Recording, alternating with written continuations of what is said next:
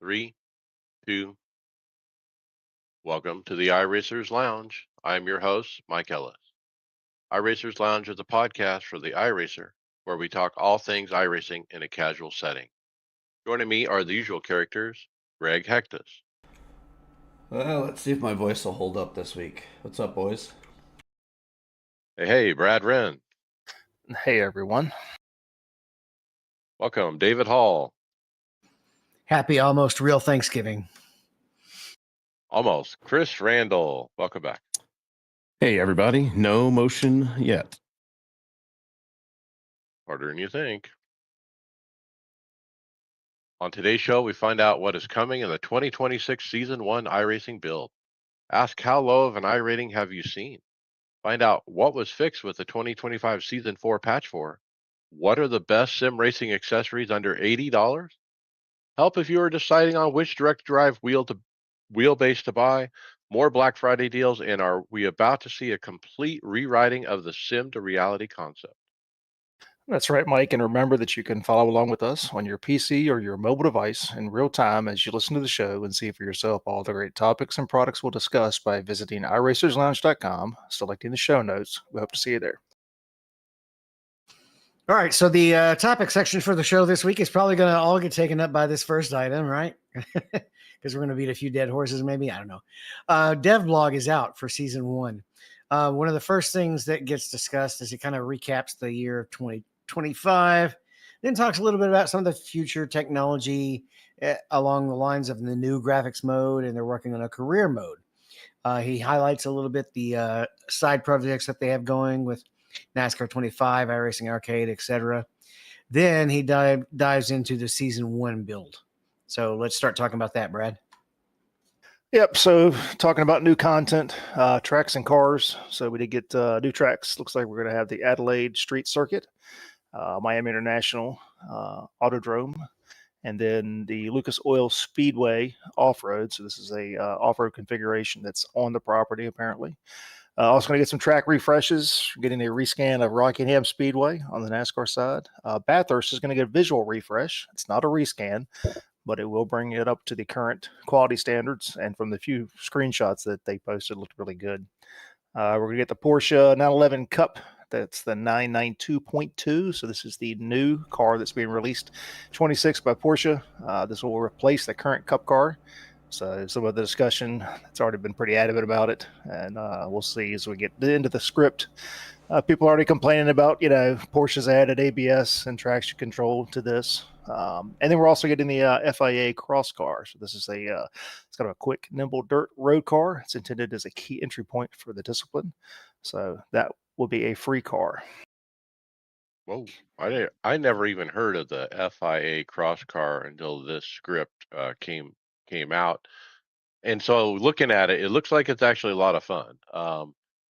And I just, after having Richard on the show last week and talking about how passionate he is with dirt, it makes me rethink dirt. Maybe I need to start over. I mean, I've never given it a proper shot. And this car might be the catalyst for me to start over on dirt.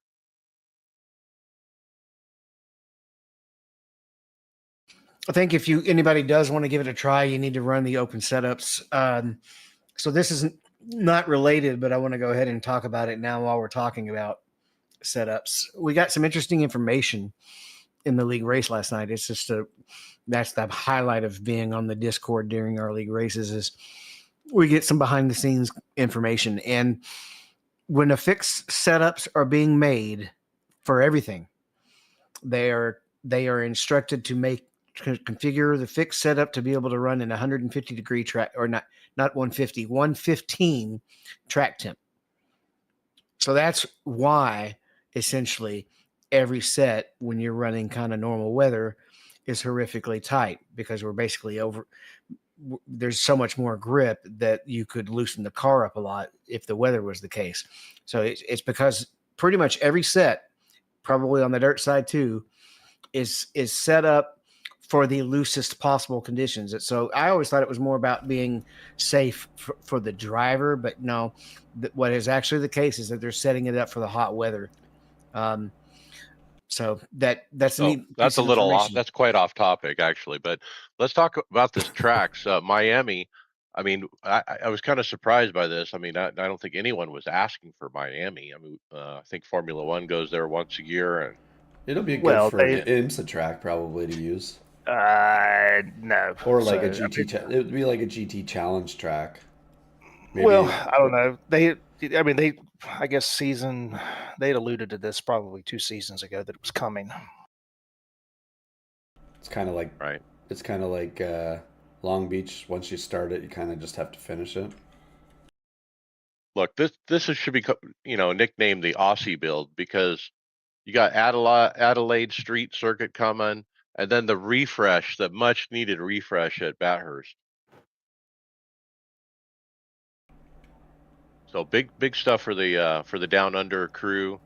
And then Rockingham, we just ran this in our league, a couple weeks ago, and like I don't know how much different it's going to be, but I think they did say they're Huge. going to make It's it a as a repave. second version, right? a They're repave. gonna Yeah, we get the to old keep one. the original. Yeah.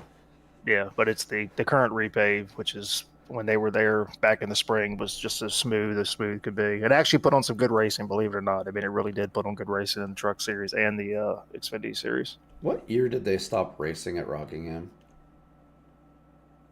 Was it in the 2000s? 2000. What year did Brian France take over?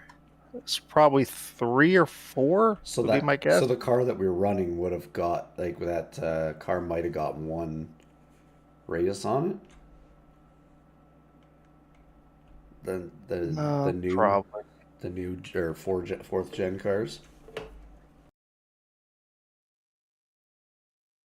I Let's just keep think that's- rolling. No, Mike, I was just saying. The reason I was saying that, 2004. I was just saying that is they're keeping it as two configurations because they got this other car now. Maybe they're keeping it that way, like that. Well, the Gen 4 essentially goes all the way back to 1992. That's why I'm saying they're keeping the old pavement on the Rockingham, right? They're not getting rid of it right away. Yeah. All right. So, Chris, tell us about some of the simulation and system updates. So it looks like on the car systems update, the IndyCar, the IR18 is going to receive an ART update with the expansion of that hybrid system. I guess that debuted, excuse me, in season 4. NASCAR trucks get a new aero model to improve handling fidelity. I saw a lot of mixed opinions about that while watching some, YouTubes and reading some forums this week. So I'm not sure exactly how that's going to I love translate on the track. how people complain before we've ever even seen it. Correct. That's the way it has to be. GT3 class, multiple improvements, quality of life changes, auto adjusting spring, purchase on 6 cars. Looks like a new engine model for the BMW M4. There was a couple of big ones in the UI. I believe that you can now edit your widgets. So you can hide and anchor, offset, and scale dozens of UI elements. And then the one a lot of people were talking about was the multiple black boxes. So you can have 4 standalone boxes, but I guess they cannot be. I don't know if those are keyboard accessible. I think that's what I heard. Those didn't have that ability. So They're read only. Yeah, Yeah. they're read only. You can't interact with them, and you can't have one out that you're currently have the main your regular relative on. I saw netcode in here. That's good. Anytime they're working on that's great. I have enough problems keeping it together by myself, much less with added netcode issues. Weather system. So this one, I don't race in the rain too much. So somebody else might want to go into that one. I didn't really read into that one too much. I guess they're just trying to improve what we've been talking about over the past couple of weeks with the way the weather reacts. Yeah, they Yeah, essentially agreed. Go ahead. They essentially agreed that they want to try to avoid the monsoon situations. They also noticed that the likelihood of the rain was being underestimated, especially in longer sessions. So they're doing some adjustments to that. And, in real life, yeah, we're going to get red flag rain, in the real world.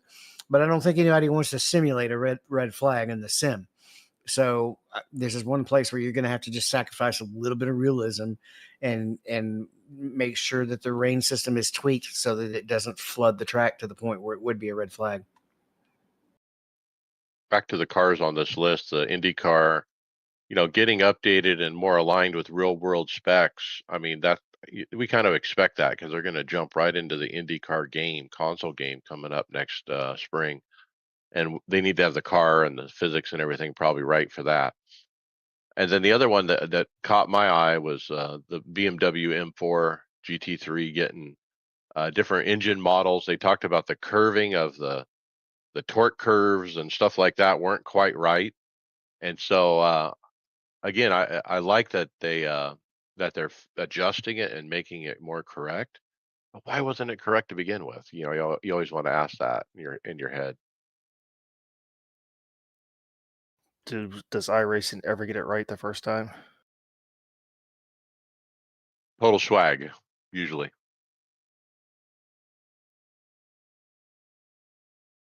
So, in regards to some ongoing and future development, TCR class is going to get a 2-season overhaul. So, that is a project that's underway. Should debut season 2 with one new car as well. Audio, finally, we're going to get a major re-architecture work being done with the first new features. So, you're going to have some global track reverb, cockpit reverb, and then zone reverb as well. And again, that's planned for season 2. So, if you go through a tunnel, if you're up against a wall, you should be able to hear the reverb. And I know when they talked about this, gosh, probably been about a year ago, I think the intent was not to do something canned, which they said they could do easily. So just like when they done rain, I think they're going to try to make it to where it's actually going to be real world. And will it be affected, by the actual physical space between stuff? Gave an update on the new graphics engine. So they're still working through that. They did I guess they hit a milestone, expected to hit a milestone in Q1 to actually have completion of one car and one track. Continue to work on that throughout 2026. And then the physics team has been expanded with top engineers from 4 separate racing studios. So working on force feedback innovations, continue to work on the new tire model, and then multi-threading. That's a good idea. And then future content, we got St. Petersburg, Florida is planned for season 2 release, and then Barber Motorsports Park will be a full rescan refresh is underway as well. And I believe there was also some talk about some trips to the Midwest and I guess the West Coast for some rescans as well. So my guess is maybe Road America, and then I'm assuming with the changes to Laguna Seca and that going away from being a free track, that sounds like maybe we're going to be getting a rescan of that as well. There was a little cryptic thing at the end here that I picked up on that said, "We have an exciting new partner and will soon be building a car that will be a thrill to drive in the sim while also providing an academic entry point to auto racing and simulation racing." Not sure what that is, but that sounds maybe that's going to piggyback on some of the topics later, where sim racing is going to be carried over even more so into actual racing.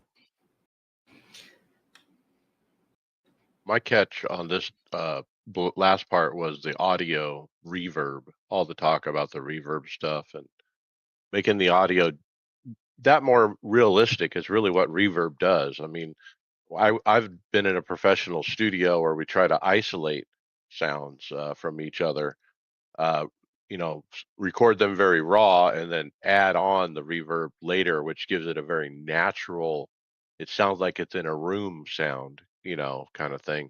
And so I try to translate that into iRacing, and I imagine I'm flying down the Sebring Strait, and a car comes up alongside me, and he's side drafting me, and as he comes closer, you can hear it from the reverb that changes, or the tone of the engine changes just a little bit, where you can tell physically he got close to you just by the sound of it.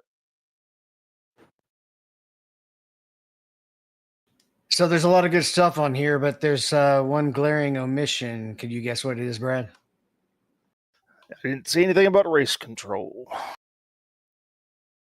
Nope. I guess that project's still too big to tackle in a year-ish. Well, I just saw IMSA president interview this week where he said they're adjusting some rules for next season. or they're going to try to do short cautions. If you're within X amount of time of the start of the race or any restart, it'll always be a shorty unless it's a safety issue.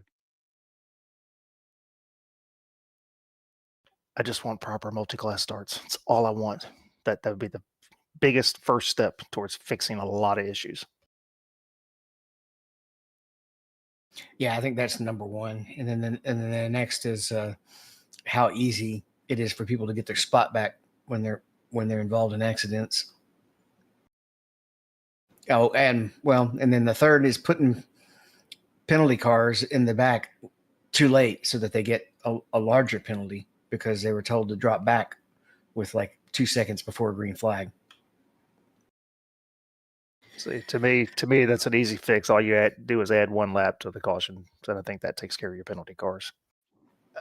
Not necessarily, because the same thing would happen again to the people who were getting all their damage fixed. They need to close the pit for that one as well, is what I think they need to add that to Brad. They can't pit then. Or just put the people who pit late in the back. The people who come out late don't get to go in front of the penalty cars. They obviously can really code, they can obviously code it because they can code the lucky dog to be at the back. So there's a You way stopped to do it. transmitting. Oh, sorry. It can obviously be coded because they've coded the lucky dog to be able to be forced to the back. So why can't they do that for the people coming off pit road? All right, well, that covers the dev blog. Let's move on to the next thing. Is this our sponsor? Is that what we're talking about here next? Yep. How about that? What about it, Mike? Yeah, Premier Racing Setups is excited to announce that NASCAR 25 setups are now officially available and being built by one of our top console NASCAR racers out there, Thomas Kohick.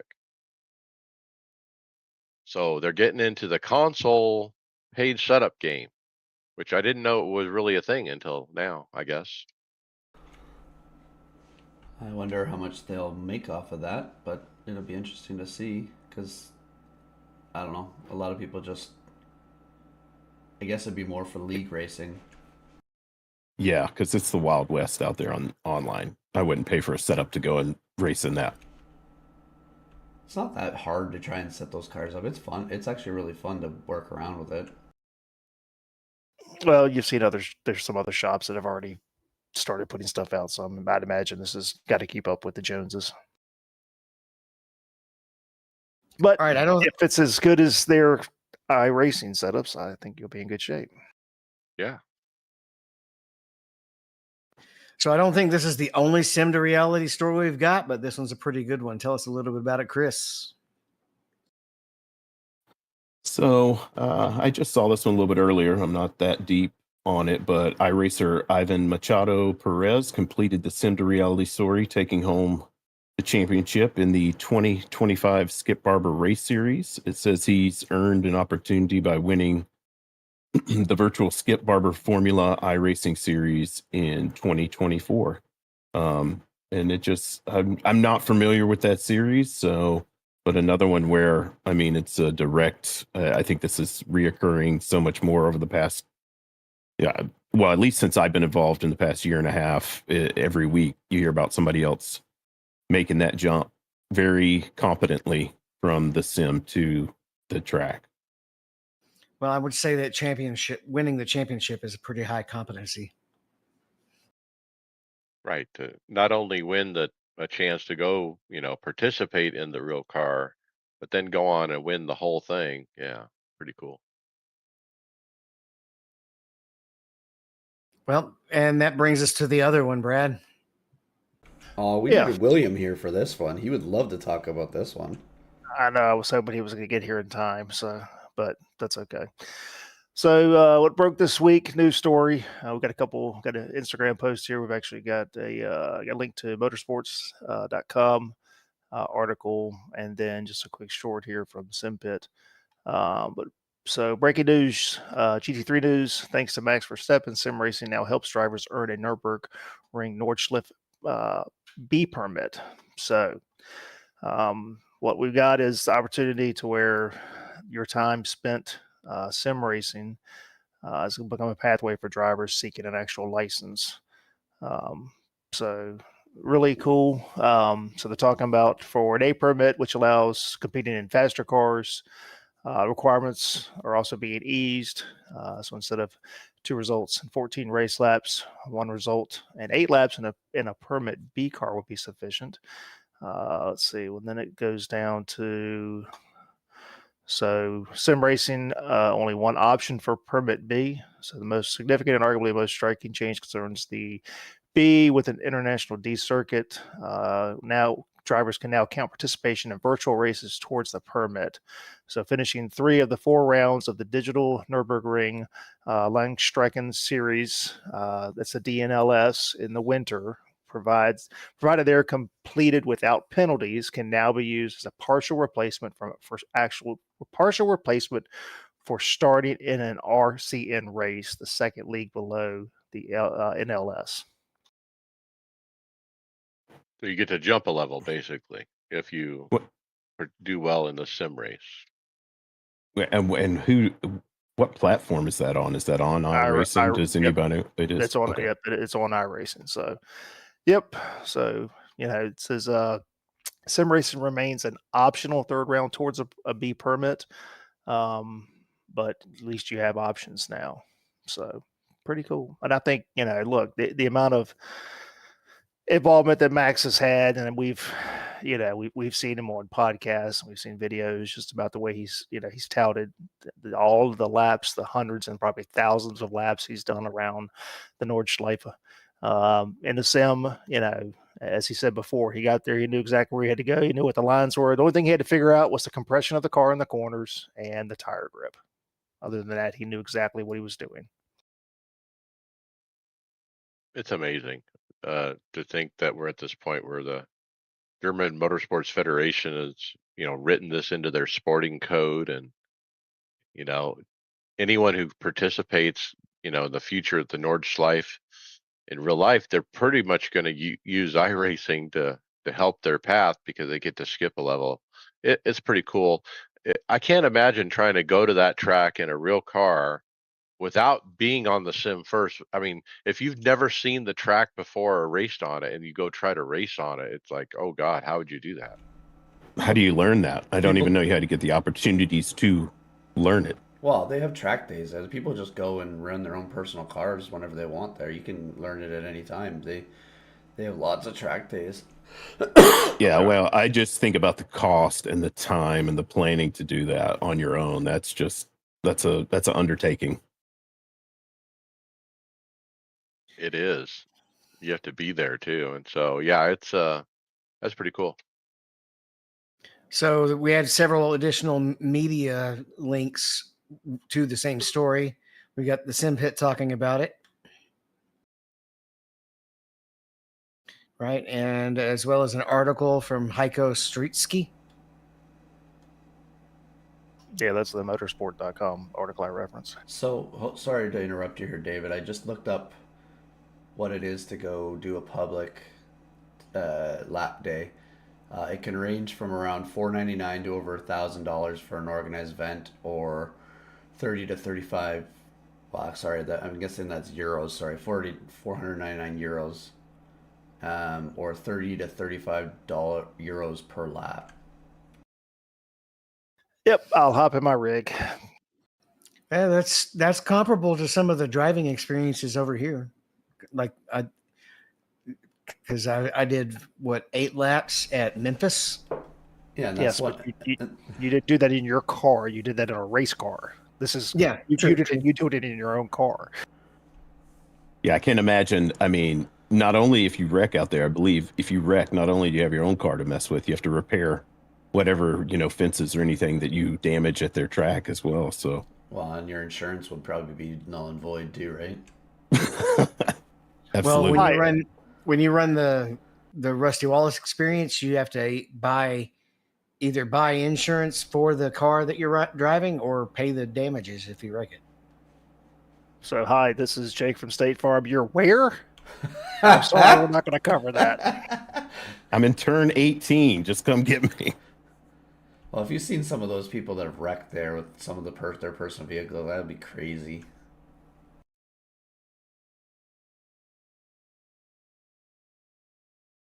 I've seen, I think I saw Alex Albon and somebody else was racing it a couple of years ago just in a regular car, and it's pretty packed on there too. I mean, it's not like you're running the track by yourself. It's pretty, and some people were all over the track, so it would definitely be a challenge to go around there. Traffic. Yeah. Can you get like can you use the Google augmented reality to put the racing lineup up on there?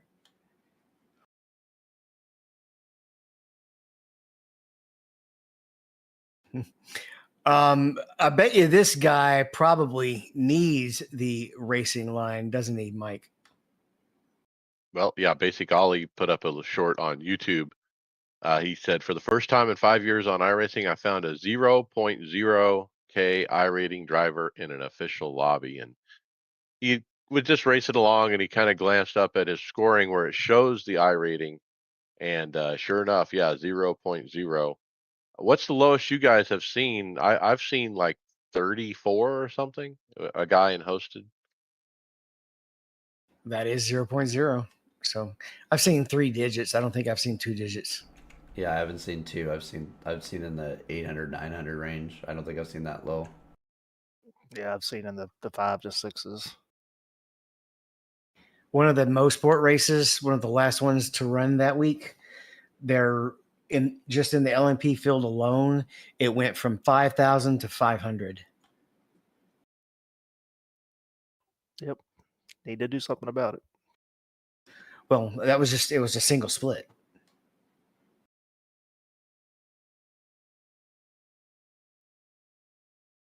All right. So is it a glitch or an exploit, Brad?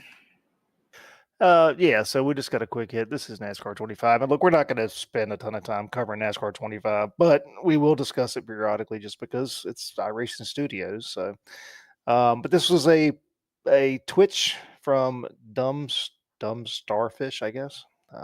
Says they got to patch this ASAP. So apparently there is an online speed glitch to where if you make a change to something in there, then you go change something else, like a cheat code or whatever. But I guess at that point, you're super, super fast.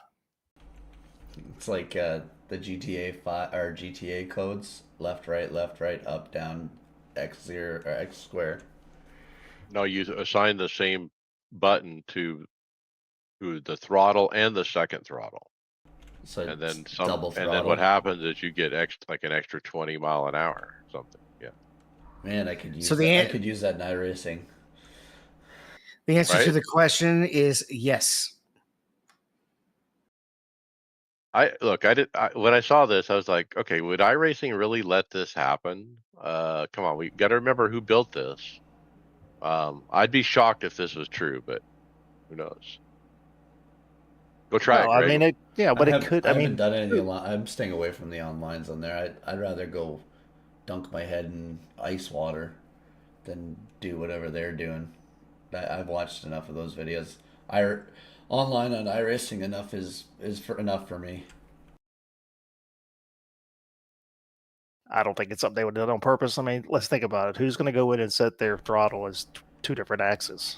What it's probably done is it just doubles it up for some reason. It's just a line of code that screws up. Yeah, there's some weird stuff on there. It's the first iteration. I hope. Now I haven't looked all the way through this. They've announced that the F1 game this next year coming up, they're gonna skip an actual year of it. They're gonna bring out a DLC with changing the car liveries and all that stuff for the 2026 season off of the 2025 game, and then have a whole new rebuilt one for 2027. I'm hoping that iRacing kind of does that with their NASCAR game. I don't want to see a $70 game every couple of years or every year for the minor stuff. I don't like them. I don't. Yeah, it's going to be incremental. Yeah, I don't like when they do it with like NHL, football, NCAA, all Madden, those all of things. those Yeah, things. like Yep. that annoys me because it's like, oh, he did this and he really didn't, and then they take away something too when they do it. Well, I mean, I think if Chevy's going to do the aftermarket update to the Camaro, then that's definitely worth $70 for you guys to pay to have an updated car. Oh my God! Yeah. Don't even get me started on the aftermarket Chevy. I would just love, last thing on 25, I would just love they take their time, kind of do what Greg's saying, go, we're going to take this year, we're going to fix what's wrong, and then we'll come back with a new one, because it's not a perfect game. It's a great start, but it's not a perfect game, and they could definitely, there could be a lot of feedback, and iRacing works at their speed, so I think it would probably be more than 1 year to get it right. Now, Chris, you said you have familiarity with the F1 games. The the process in which Codemaster brings out patches compared to what iRacing's done so far with NASCAR has been a lot more transparent than a NASCAR way, it seems like. Yeah. I mean, they just did a big update, but to be honest, I only started playing that game about a year ago. So I did 24 and 25. So only recent history is what I've seen. And, NASCAR is just brand new. So, I but like NASCAR definitely, I would say even some of the menus aren't that transparent. Even the steering menus and force feedback menus, there's some things there where I just wish it was a little bit more, I don't know. iRacing is on another level compared to it. I think we all know that. So I think because it's got so many different, you got the different consoles and things you got to make sure, and it's a little bit easier on the PC because you have a Windows in the background that can run some of these wheels and stuff, whereas the PlayStation and stuff has to, or the Xbox has to run it. They're operated itself. It's kind of a different method to do those kind of things. So the menus have got to be done by the game, not by infrastructure in the background.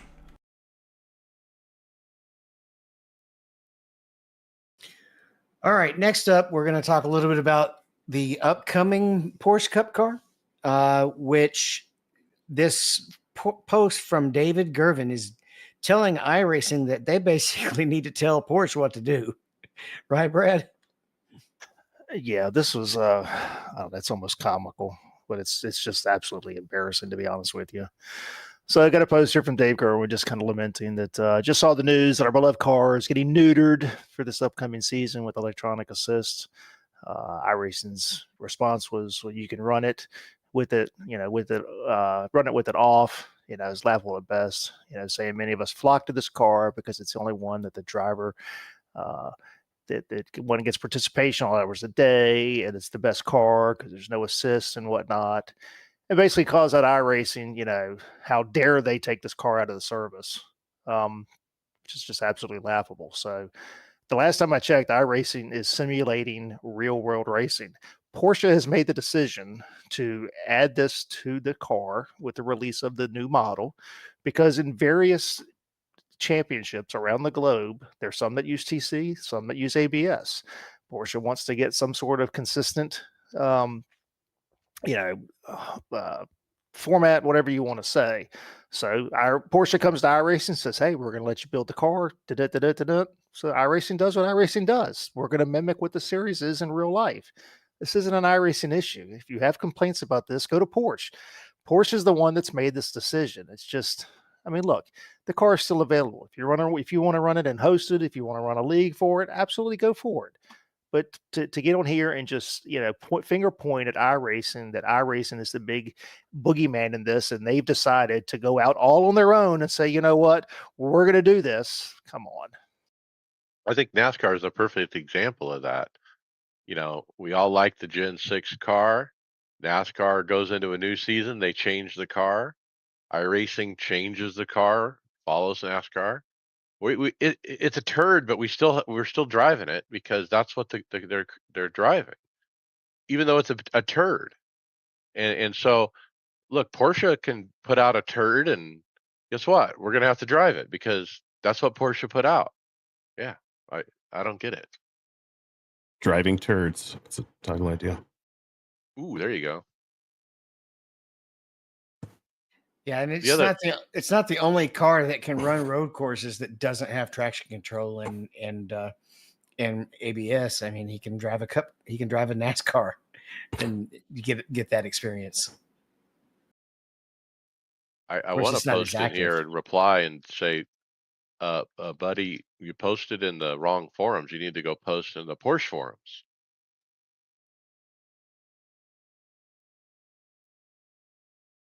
All right, Chris, patch notes. Oh, I must have skipped ahead. Patch notes. Okay. That's my job. I'm the guy who skips ahead. Okay. Fixed a recent prevalent issue where frame rate significantly drops. I think that was a big one for a lot of people. I didn't have that. All of my issues were, self-caused. I was overclocking my CPU, so I had none of these iRacing issues, but a lot of people seemed excited about that one. I don't know if did anybody see any different that was having problems before? Well, we haven't really. It only happened on longer races, Gotcha. and so And it just came yesterday, so yeah, I don't think we know for sure, but I haven't noticed any problem. I never had any issues. Race control slightly improved the precision used for verifying missed checkpoints and course cut black flags. AI drivers have improved their racing skills at the Cirque du Mans 24-hour. Audio fixed an issue where the RPM on nearby opponents' cars could appear to sound substantially too high. I never had that one. They had some various user interface excuse me, some fixes for the camera tool, controls updated to the latest SimiCube API.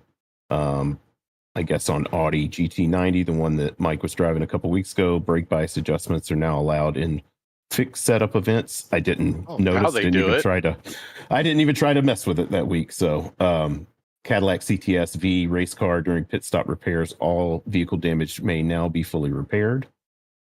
And then it just looks, there's quite a list here of things. I don't really think any of this was they did a couple of more brake bias adjustments on the Nissan, the HPD, and improved the windshield wipers for the Mustang. So there you go. It floors me that I didn't realize there was this many cars that in fixed setups you couldn't adjust the brake bias. I thought that was always a thing with fixed setups. That was the one thing that you could adjust, that and steering ratio normally. Nope. Well, one thing I noticed that they didn't have in those patch notes is any adjustments for the IndyCar at a dirt track.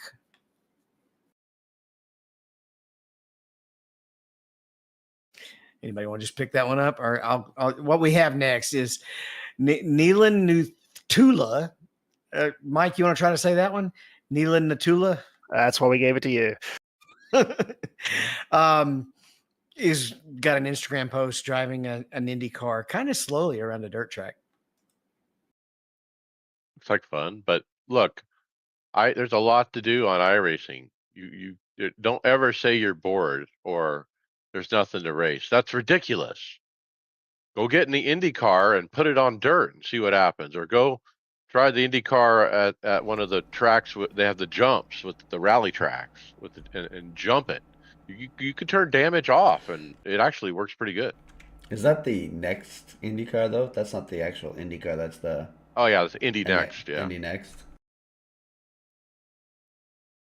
Which I haven't tried. And look, I always used to go try. Let's go do the jump at Bathurst, where when you're going down the hill and instead of turning down at the bottom, you just go straight over the hump, and if you land it just right, you can land right back on the track. And I had a thing several years ago where I went every car I owned and tried to jump it there at that track. It was a great little distraction. All right, we got some professional esports events to talk about. I think Will is in here, so I'm gonna let you break in your mic with Coanda wins big at Sebring. Yeah, the IMSA eSport round 2 was apparently this weekend, and I completely forgot about it. I missed it, so I'm gonna have to go back and watch it. But Coanda Esports swept both GTP and GTD, and it looks like they also came in second in GTD for their second win in a row at this week was at Sebring. So standings after 2 rounds. Coanda Esports says number 1 and number 2. Yeah, it's a good race. I watched most of it.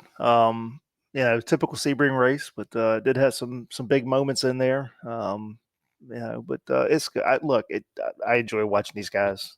It's just as enjoyable to me as watching the real thing. Very hairy moments at the beginning, a lot of 3 wide, 4 wide in both classes. Look, the one thing I love about watching this is they actually get proper race starts. So I know they do it manually, but come on. That makes it so much better. The GTPs get the start. They cover that. And then the GTDs get the start and they cover that. So come on, iRacing. It's all timed perfectly for television, right? Yes.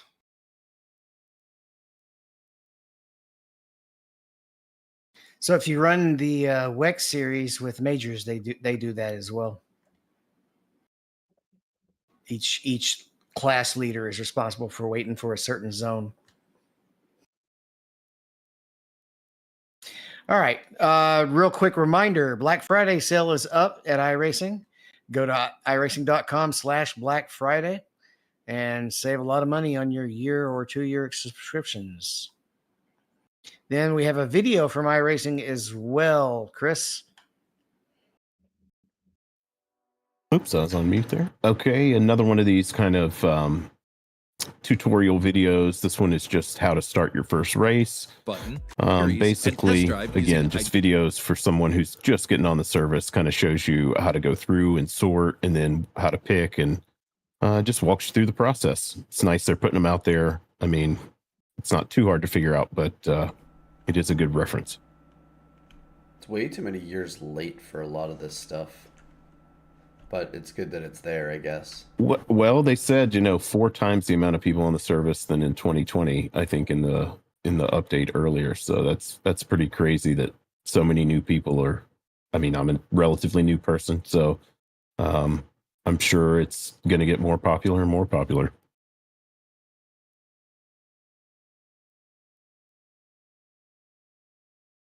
All right, we got some dirt racing. Brad, why don't you give us a little fill in on that one? Yep. So we had the 2025-2026 World of Outlaws iRacing Pro Series opener at Volusia, and Alex Bergeron takes the win. So it looked like Dylan Yeager was in control, but the formidable Alex Bergeron would not be denied on Monday night, working the bottom lane to win the open feature, which was the winged cars. I think this year is it's kind of a combination. They're running. You got to run both different types of cars, right, Mike? Yeah, so that will really make it interesting. Yep. So round 1, you got Alex with the win. Second was Dylan Yeager. Landon Cardoza. Fourth was Tanner Pettiff, and then Joey Lingram was 5th. So not a huge dirt guy, but it's pretty neat to watch him. Just like Mike said, probably need to get out here and try this. All right, Mike, we've got an interesting event from VCO. This is a name hadn't heard in a while, but they do a lot of endurance type racing, and this one is an endurance of sprints, which is kind of an oxymoron. Okay, but it's February 14th, 15th, 24 races in 24 hours, the ultimate endurance sprint. But it is back, so apparently they've done this before. But more details coming soon. That's all they've put out so far is the dates. So it's a save the date, February 14 and 15. I remember a couple years ago, they had, VCO did one for, I think they used all the, you could represent your country, and it was 4 people from your country, and they did a bunch of endurance events with different cars and tracks. I just remember competing with Canada on that one. That was pretty pretty fun. All right, and another event we've got. This one was sent in by a listener. He's Slingshot TV is actually hosting a charity ARCA race at Talladega, and that's next Saturday. Which is this the Saturday before Thanksgiving? I'm scrolling down to look at the November the, 22nd. okay. Yeah, November 22nd. So it's actually going to be, so it's sort of the Thanksgiving Fall Classic, but it's pre-Thanksgiving, so it's kind of almost a Canadian thing. 100% of all the funds are going to be donated directly to Feeding America, and it's going to be fully broadcast with trophies and giveaways. The registration is at slingshotracing.org /register. And so it's going to be an ARCA event in the Menards cars. Minimum of 1,200 I ratings, 70 laps, one quick repair, only 3 sets of tires, 8 p.m. Eastern time practice, 9 p.m. green flags, $7 entry, and all the money's going to charity, except probably the trophy fees, of course, and such. So thank you for sending those in. Anytime we get stuff like that, it's great. We encourage you to send them in. He asked in a way like he was afraid that we wouldn't want to post something in, but we always love any kind of information like this, and we promote him gladly. He does have a giveaway partner, Brad. Yep. So driver giveaways. This is from Simperior. This is all the registered drivers will enter to win. It's a button box. It's a nice looking button box. So I think we've talked about them before on here. I think we showcased them. So yeah, it's a nice button box. Not huge, but the quality looks good. It's just nice and tight, small and compact, and looks good.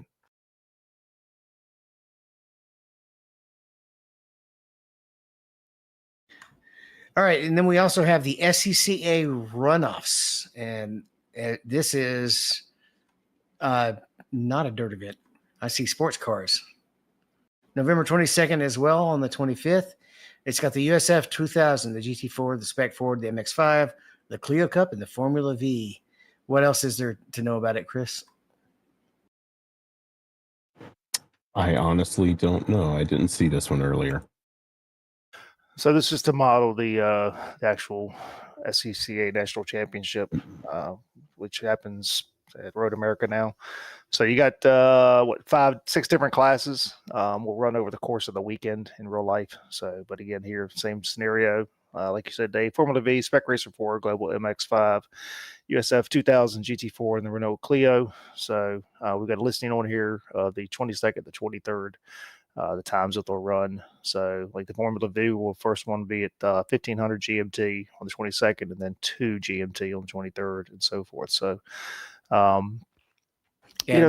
with those starting, let me fill in. It goes Formula V, Spec, Global, USF, GT, Renault, each on the hour following those times.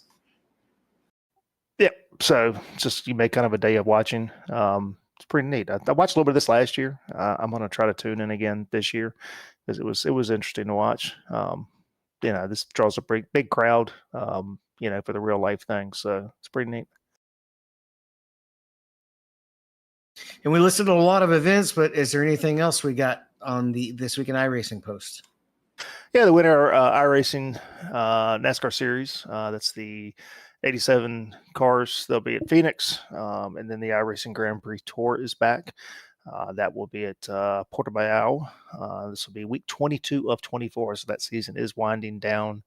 And you've also got all your special daily racing series, such as the GT3 regional tours with the Americas. They're at Indy, Asia Pacific's at Sandown, and Europe is at Zolder. So, like Mike said, there's no reason you can't find something to do, somewhere to race at any time of the day on iRacing. Podcast housekeeping, leave us a review on your favorite podcast platform to make it easier for more listeners to find the podcast. Mention the podcast to your fellow drivers so they don't miss out. We do appreciate it. Check out our Discord, get involved in the discussion. You'd actually get a picture of what I just spent money on that got shipped to me this week if you were in our Discord. And our show notes at iRacersLounge.com. We're in regular rotation at Performance Motorsports Network. And get your merchandise, hats, t-shirts, mouse pads at iRacersLounge.shop. Okay, week 3, iRacing Lounge Polar Series. Justin Thompson pretty much dominated this race. Christian tried to hold on there, but ran second, and Colin LaFrance pulls off the third. We'll cover the rest of our results when we get to the results section. It was a very clean race. Did we just have the one caution, or did we end up having one early as well? I can't remember if we had an early caution. I think we had two. I think we had two cautions. We had one that was right in the middle of green flag stops, but somehow we were all on the lead lap when it was over and done. So the leader. I think it was Donnie who said he was leading and went into pit road as the caution came out. So Wesley Pistol was out this week. So, but even with that, he remains second in the points. Christian Chandler is now leading the points. Justin Thompson has jumped up to third, with Jake Hickson rounding out fourth, and Connor is now jumped up to fifth. And that's even with those two of those top two guys, or top five guys, have a 0 on the board from just not racing. So the top finishes can make a big difference. It'll be interesting when drop weeks and everything kick in.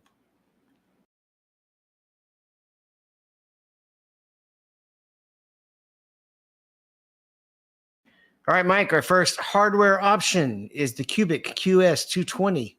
You totally picked the wrong guy this time. Totally picked the wrong guy. I should go to Christian. Yeah. Yeah. Excuse me. So sorry. Yeah, I wish I could tell you more about them. I have not received all the parts yet to put this thing together, but the QS220 is it's not the top of the line Cubic has, but it's the top of the line that they have with the 4-post actuators. And these go, I mean, they're pretty fast. I think they're one of the fastest on the market. 800 millimeters per second, maximum velocity, and it's got about a 4-inch stroke on it. So excited to see what these things can do. A little intimidating to have to go back and restart and rebuild this whole thing again, but I think it's better to go in with a plan up front now that I've got these guys kind of work it around it, instead of, like, I think we all know at certain points you sort of have a Frankenstein where you're just putting parts on top of parts. So it'll be a nice refresh, but we'll see. I mean, there's some motion. I think Sarah Nochi did a motion video this week that explained a lot of the nuance of the systems, but I'm excited for this one. I have their belt tensioner, and I think the company, excellent company, so far so good on everything I've had with them interaction-wise and quality-wise, their equipment.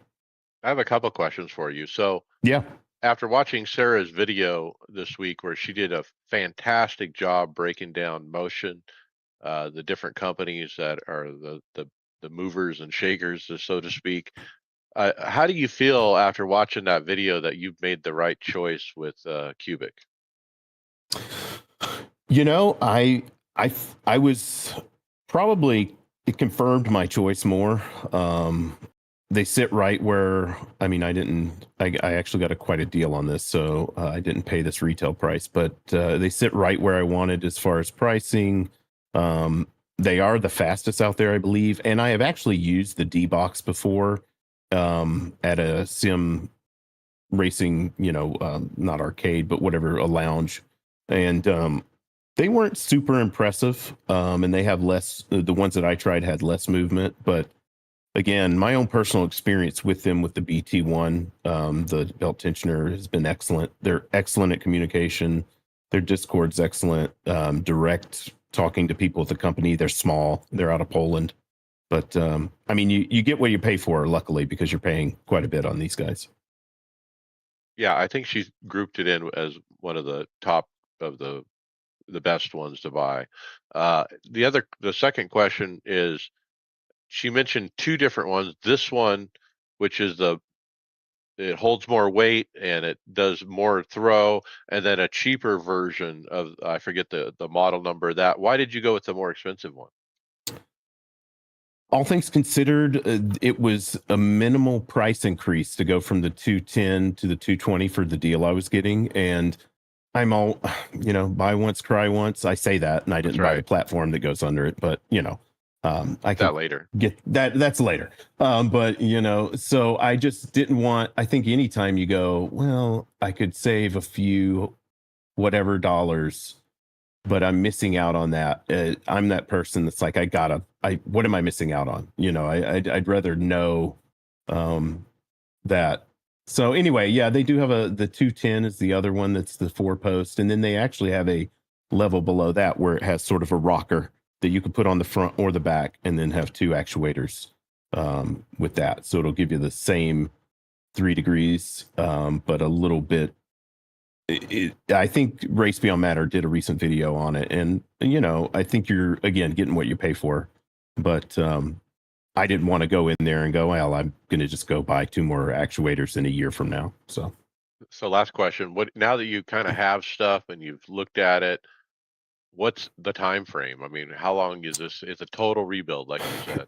Total rebuild. So I mean, hours wise, well, days wise, I think it would take at least a full week to do right, and that's including I'm having to rebuild because right now I have kind of a weird setup where my center monitor is actually attached to my rig and my 2 side monitors are not. They're on their own. So that causes a little bit of issue. So when I rebuild this thing, the monitors will be separate completely. Obviously, these are just too big to be flopping around with a bunch of weight, but I'm looking forward to rebuilding it. Like I said, neater cable management this time, fully mounting everything, just going. I want to be one and done with it. So You need the ASR freestanding mount like I got. I know I went the cheap route and just bought some aluminum profile and elbow joints. So I will say I did go to Track Racer to get the 3 adjustable monitor mounts because right now I have some very basic mounts, and to adjust these big TVs and the monitors together to get the right angles, to get the right heights, and to get it plumb, it's not, I mean, I think anybody who's done it knows how hard that is. And with the bigger it is, the harder it is to do. So these little micro adjustment Track Racer Vero or monitor mounts, I'm excited about those. They're good. I have them. They're the best. I Oh, think good. they're the best on the market because they actually have thumb screws that you can use to do it, Yep. as opposed to having to shove an Allen key in behind everything. Like the Sim Labs, I had those first and could never get them right because to try to make any adjustments was, 2 different size Allen keys to make adjustments, and just you get nothing but aggravated with these. It's just super easy, and what I liked about these is once you get done, you can lock them down too. So Mm. you've got a set screw up on the top. Once you're done, lock Yeah. it down, and they will not move. That's awesome. Yeah, and luckily for me, a couple weeks ago, it was buy one get 2 free. So it's an amazing deal on that. All right, so this will be an ongoing topic as you build it. I'm So we're looking forward to hearing about it. I am trying to. I'm doing some documentation of it in the Discord, so it's under the rig topic. So I'll be putting pictures up there and try to put some videos up there. Try to do a time lapse, but we'll see how it turns out. All right, Mike, are you the right guy to cover the next one? That's right. Yep, we got the Daniel Morad doing the best for sim racing accessories under $80, and so he comes up with a nice list. I don't know about this one. Double-sided tape from Amazon. He likes to tape his stuff up, like he kind of referenced his little button box, and he maybe used double-sided tape for it, or I don't know about that one, but that can leave residue and whatnot. Yeah, it's fine in a pinch if you're trying to figure out where you want to put stuff, but you definitely need to go the route to get stuff and actually hard mount it. Agreed. Fans, he mentioned a couple fans that are key to keep him cool as he's doing his thing. Look, I got fans blowing on me. They're super important, I think. I just sweat. I sweat even with the fans on. I sweat. So I can't imagine not having fans. earbuds. This is a neat idea, and I've kind of thrown this around over the years, but I've never actually tried it. Using just earbuds for that communication while the audio sound is coming out the speakers is the way I do it. But I have a headset with a microphone. Um, Earbuds are kind of a neat way to do it. I'm moving towards in-ear monitors, so I've got a set coming I- for Christmas. So that's what I'm Ooh. moving towards, because a perfect example, we got done with the Suzuka 1000, and after my double stint, the sweat was literally just running out of down my face and from my ears. I mean, just these things are just way They're too so hot. Are you Yeah. are you doing all of your sound out of the headphones, or do you have speakers too? No, be all out of my just out of the headphones. Okay. I'd be curious what they sound like, because I prefer over inner ear anytime. I Are use you getting the actual molded ones like musicians use? Soundbrenner is what I bought. Yeah, I've used them both. I've got some in-ear monitors here, and then I use these. These are little artists. Same. They make over-ear headphones, but this one is a 2.4 gigahertz. It has its own, so you're not dealing with that extreme latency with Bluetooth. I'm not using it for the microphone right now, but I use it when I race, and I've used over-the-ear. I have a pair of Sonos that are pretty good fidelity over the ear. I've had wired-in ones, Sennheiser, all kinds of ones. For me, these are the most comfortable in long stints. I use a little memory foam tip, and I mean, they've got noise control or noise canceling. They got everything the other one does. I don't seem to have a problem with any latency on them, so I was pretty impressed with them. That's I'm good not- to know about the yeah. latency being low. Yeah, I'm doing wired. I'm not doing the wireless ones. So I'm just gonna run it's 3.5 millimeter jack. Just run to the Yeah, back. just out of the sound card. Yeah. Yep. That just becomes, it's far more less comfortable for me to have in ears of any kind than over ears. I'm pretty happy with my Sony Studios. They get a good neutral sound for just about any application. All right, Mike, back to you. Yeah, button box. He shows one off here that's just like a $80 like cheap stream deck kind of looking box. But yeah, button boxes are great to have. And the next one, gloves. I actually bit the bullet here and bought some new gloves, and they've been shipped. Awaiting that now. And then finally, bezel-free kit. Uh, Chris, I think you were thinking about bezel-free kit, but yeah, I don't feel the need for that. And then finally, a power brick to enable 85-watt power delivery from the deck dock. So the bezel free kit, I had it, I put it on, and it was fine in the game. The problem is I can't stand it when I'm doing stuff on the rig. So like when I'm working on the script and I've got a page open, it messes up the sides of the stuff, and it just got to be too annoying for me. And then once I start racing, I really don't see it anyway. The left one is always covered by the A post in the car, doesn't matter what the car is, and then the one on the right, it has never bothered me. I had to use two. I had to do like a double one when I did it before, and like I said, my center monitor was mounted to my rig, so there were like these little micro movements, and I could not see.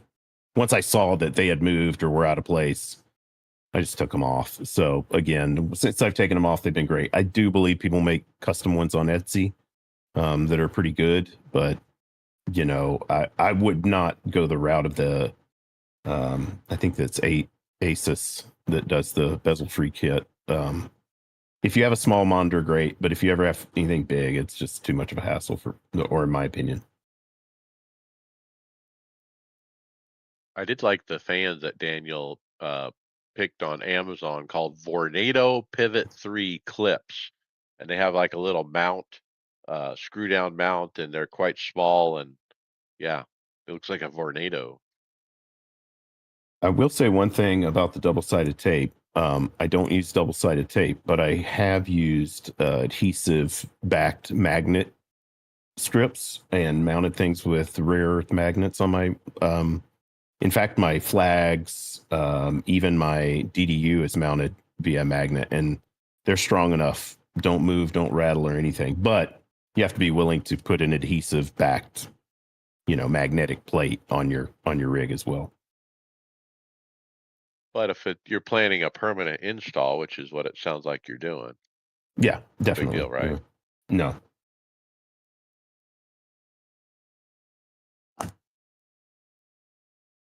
Well, there's some competition for the Morad gloves. We've got Williams some Gomez gloves.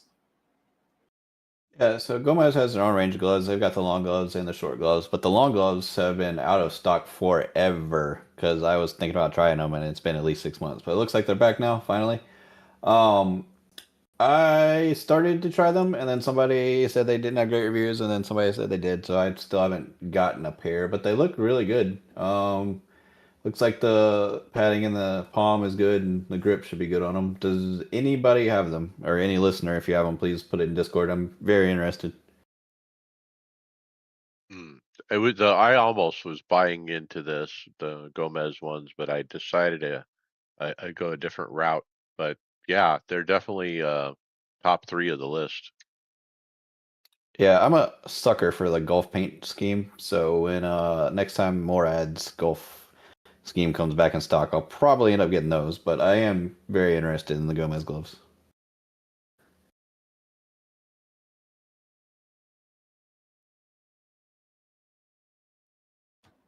All right, next up we have some kind of futuristic sci-fi space weapon, maybe a phaser or something. Is that what we're looking at, Brad? No, that would be the McLaren Unleashed. So we got 2 new McLaren racing liveries have arrived for the McLaren Racing Motion Simulator.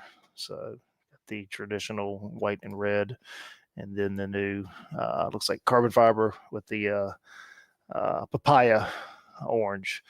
So these are kind of like a monocoque design. Stupid expensive, I'm sure. I don't remember what the price was on this, but The price is contact us. So you know where that's Oh, going. there you go. Yeah, we've it's like seen market price. You don't know. yeah, we've seen some of these similar before. This one actually has motion in it, as a 3DF motion platform in it. But yeah, we've seen some of these before. You know, it's going to be 50, 60 grand to put in the lobby of your business somewhere. Yeah, but now we got heritage paint jobs from the past. You got the McLaren Marlboro red and white. I love it. It has active belts, and I think the replica wheel. I don't know how close that is to their real one, but yeah, it does. They do look good. Yeah, it's a hard no for me.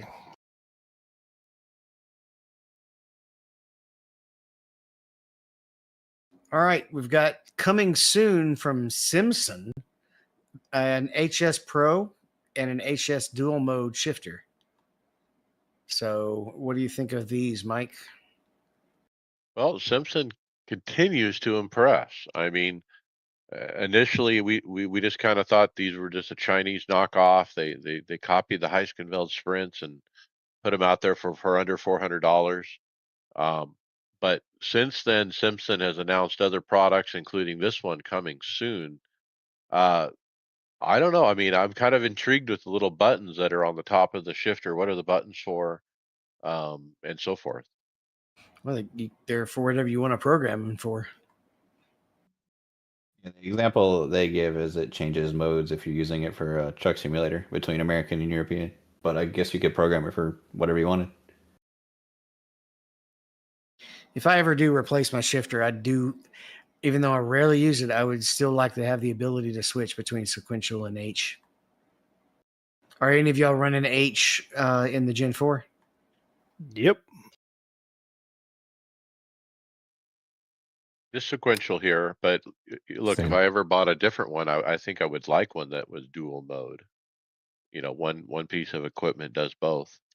That I had the it's a lower end, but the Turtle Beach one, quite honestly, is good for what it costs. Feels good. It feels better than it looks kind of like the Logitech, but the quality's definitely better, and it does both H sequential, and I think there's a handbrake ability to it as well, and it comes with 2 different linked shafts and handles for both modes. So a pretty good deal for like $130. So something interesting. I was on their website trying to find out more information about the shifter, and they have a page for a wheelbase. It says product in development, announcement coming soon. I wonder whose they've copied this time. No idea.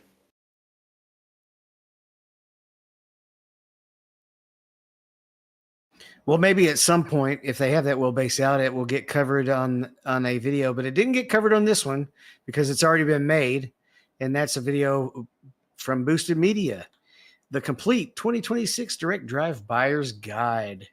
So just kind of run this one over for us, Brad. Yeah, so this is a lengthy video. It's about 45 minutes long, and Will Ford does a fantastic job of walking you through kind of what you need to think about as you start to go down the road of a direct drive wheelbase. When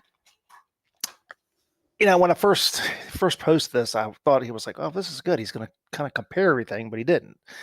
What he does is basically is educating you as a buyer through a bunch of different stuff. So, you first start thinking about force feedback, strength, and what dynamic range is. So, he talks about how much strength is needed. It does a lot of explaining and letting um, what different terminology when you start looking at this stuff. But touches on safety. You need to have an emergency, an e-stop. If you're doing this for a child, wouldn't suggest anything probably over about 5 Newton meters. Because I mean, look, getting some of these wheelbases, there's a lot of strength in here, and they can hurt you. So you also need to take into account software, firmware, direct input. Kind of walks through, an explanation of what direct input is, the role of filters and the algorithms, and then the consistency. So, does the wheelbase produce smooth and accurate force feedback, without requiring excessive filtering?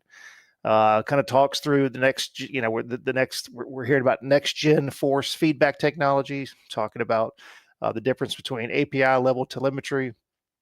That's where you get like in the Logitech True Force, Fanatec Full Force, low frequency effects. That's your LFE. So that's, you're basically taking it's more of a direct input device, and you're getting the feedback from that.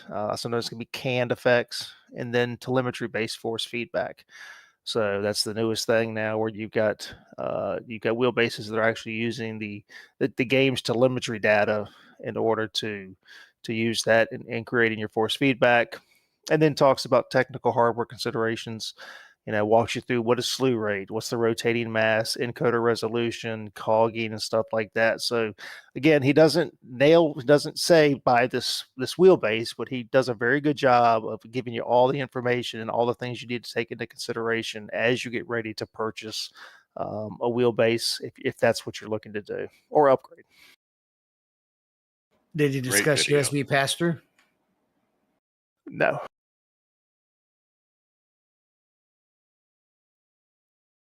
No, I but think he also has a accompanying website that has a lot of this info on it as well. a lot of good information, and I learned some more about what I thought I knew about this stuff, and he kind of cements that knowledge as I watch the video. So if you're into wheelbases and all that, you really need to watch it. Very educational.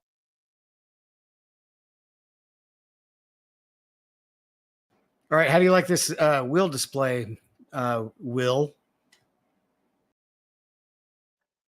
So, sorry, I scrolled way too far down. It's the Solpec XR7. I talk about the Solpec Spectra wheel a lot. I think it's the most beautiful wheel ever made, even though I don't think I'll ever have one. But this is a DDU made by the company that kind of looks like the screen they put on that wheel, and they also make a wheel without the screen, so they show it on Instagram. Attached to the DDU behind the screenless wheel. I mean, Wow. the display looks good, but I mean, I think at this point, all the DDU displays are starting to look kind of similar. As long as you make sure you get a good OLED or a good LED display on it, I think they're all going to be kind of the same. Yeah, the RGBs on this is a little bit different. it definitely looks different than compared to some of them. I prefer something that looks more like what you would see, in an actual race car. So that's kind of the path that I went when I got mine. Yeah, I don't actually like the look of this one, the way it curves out on the sides for the LEDs. The screen, it makes it look like it has a thinner bezel than some of the DDs you see out there, but it looks odd, I'll say. But a perfect match with their Oh screenless yeah, Formula perfect wheel, match right? for that wheel. Yes, if you have that wheel, that's a perfect match. Yeah, it's a 6.8, so it's a little bit larger than your typical 5-inch, which is what a lot of them are now. Do they have a price for it yet? I couldn't find it. I haven't seen it, no. 359 euros right now. It's on sale. So probably once you get through tariffs, you're probably looking at well north of 500. Yeah, which is quite expensive. It's very But expensive. I think it's everything still aluminum. does. It's about what it's got going for it on top of obviously the Okay. look, but Yeah. All right, Mike, we just had released or launched officially a couple of days ago as we record this, the Conspit Aries Apex 8 Newton meter. Yep. Just launched Realism Beyond Force. It has an optional USB-A adapter spacer. It says breaking barriers, open compatibility. And we have a video here from Lawrence de Soswa as well, touting the new wheelbase with a wheel and pedals, all for under $1,000. And so Lawrence, I think he was impressed with how the wheelbase performed for the value that it's at. Um, easy to mount, whatever. No problems with flex. I don't know who else saw this video. Yeah, no, I mean the $1,000, you've got the base, the steering wheel, and you've got a set of pedals that actually, I believe they're hydraulic pedals as well. So, I mean, $1,000 all in, that's not bad at all. Yeah, it's really not bad. Yeah, it's below that recommended force that we're suggesting people aim for, but if you're on a budget, you're on a budget. I mean, the closest thing I think you've got is the Mozart 5, but it's 5 Newton meters, not 8, and it doesn't have hydraulic pedals with it either. It just has a sensor pedals. So, Yep. Yeah, in that price range, not sure you're gonna do much better. I've not heard really any bad reviews of any of the Cospit stuff so far, quite honestly. No, we haven't. But there's not a lot of people out there that have bought it that we know of anyway. True. Yeah, they're the Max 01 wheel I like a lot. So I keep looking at that over and over again. I just don't like the strong, a choice of color. There's everybody's got like an orange or a purple. It's just a little more neutral maybe on your main coloring on some of these. That's what hits me is the purple. So yeah, the Max 01's comes in around $800 with the screen, 300 millimeter. So it's nice. Just has way too much purple on it.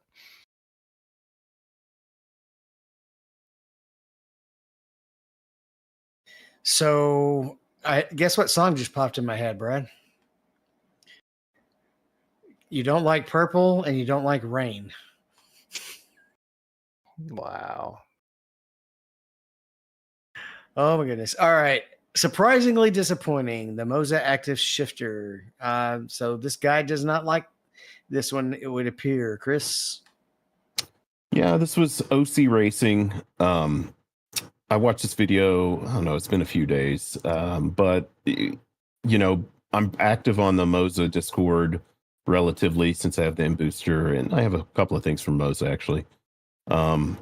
And this one is, I think the basis of this video is it's great, the potential, but it's just not there yet. And, I would say, in my opinion, as an owner of this, it's a flight stick first and foremost. and I don't use it for that. I didn't buy it for that.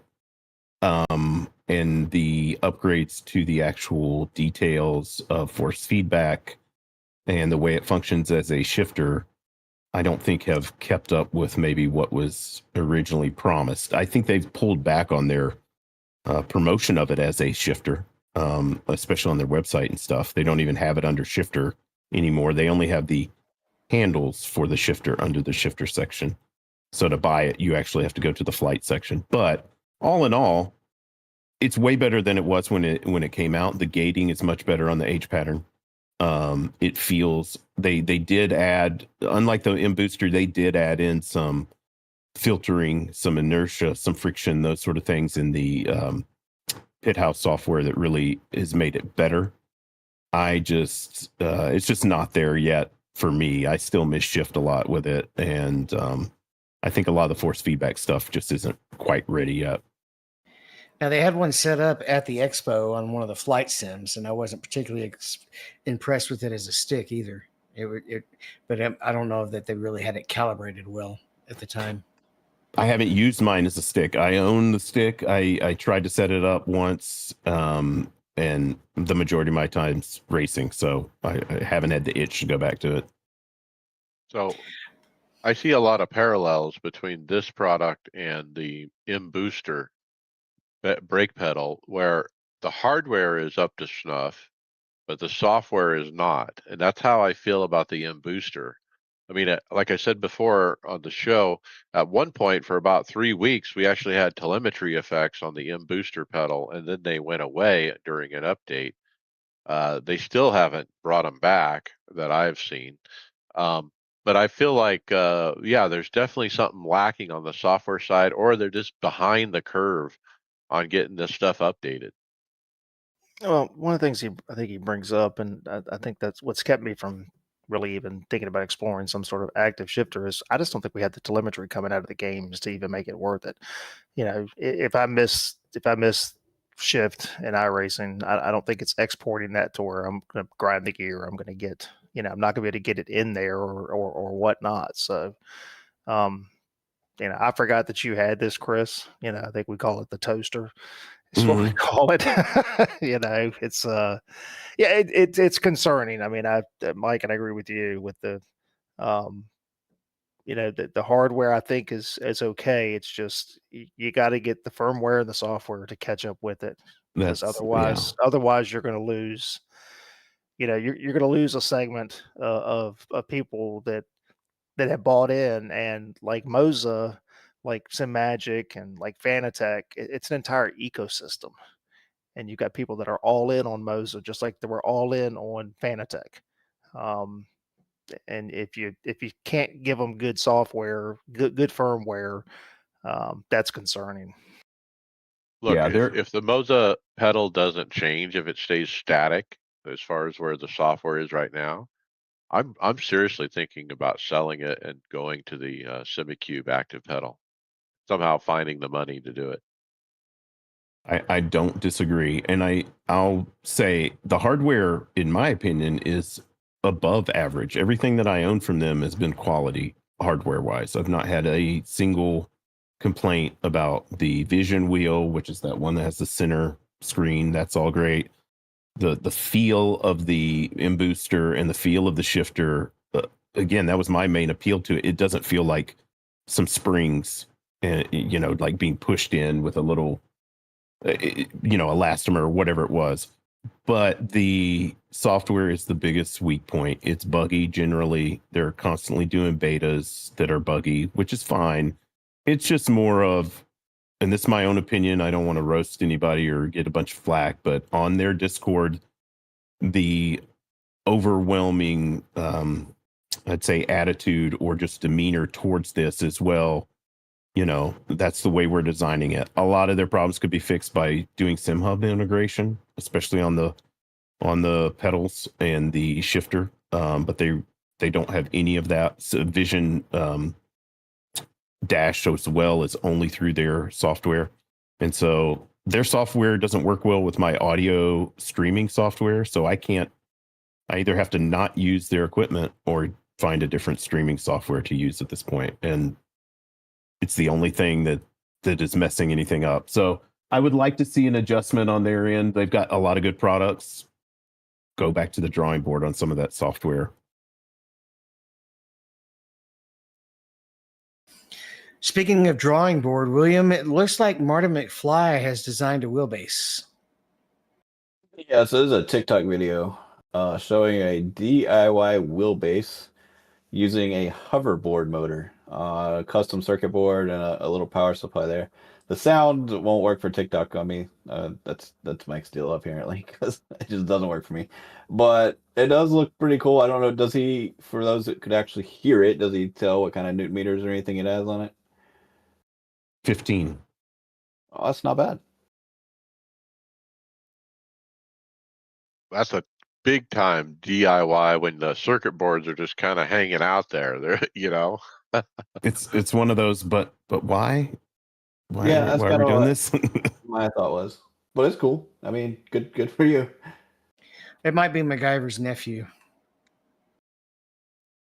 it's impressive to be able to put it together and actually work.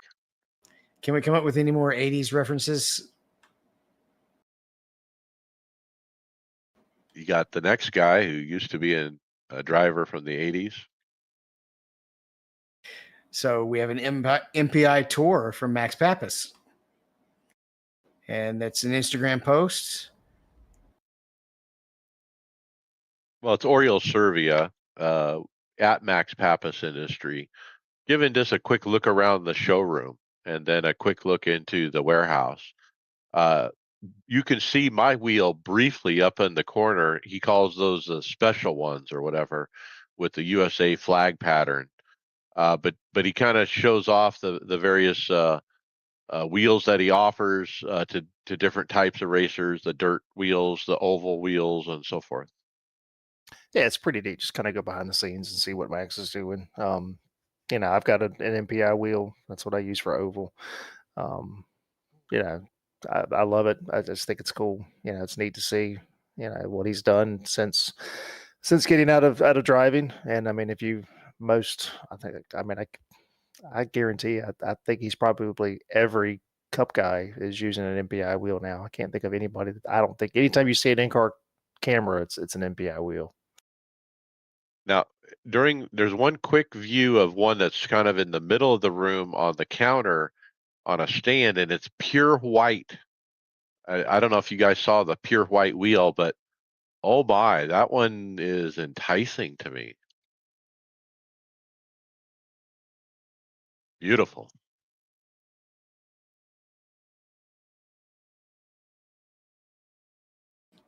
All right, we have another shifter, Brad. It's SFU. It's an H pattern shifter, except it goes all the way up to gear 7. SFU. Okay. ABCSFU. Hey, we don't make up the names for them. So, this is PXN. So it says get ready to level up your sim racing experience with the all new SFU shifter. It's here. So again, like Dave said, features up to 7-gear plus reverse structure. This is a gated shifter, so it's not like you don't have a gate there. This is I don't know. I mean, it's nothing new, nothing fantastic. It reminds me of the old, what was it, the THR8s? Was Thrustmaster. No. Yeah, it was Thrustmaster. It was. That was the one where you could actually take the gate off and you can convert it to sequential, which is a pain in the tail. But PXN continues to, they've got bases now and pedals and all that. So continuing just to dive into different peripherals. All right, this one almost looks more up my alley because this is a flight sim setup instead of a racing wheel setup, right?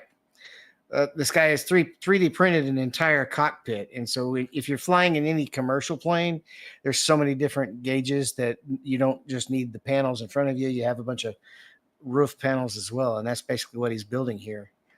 I can't even tell you what sim he's in, but he's got a commercial style stick with a throttle on the right, which is what you would usually see in most of your larger jets.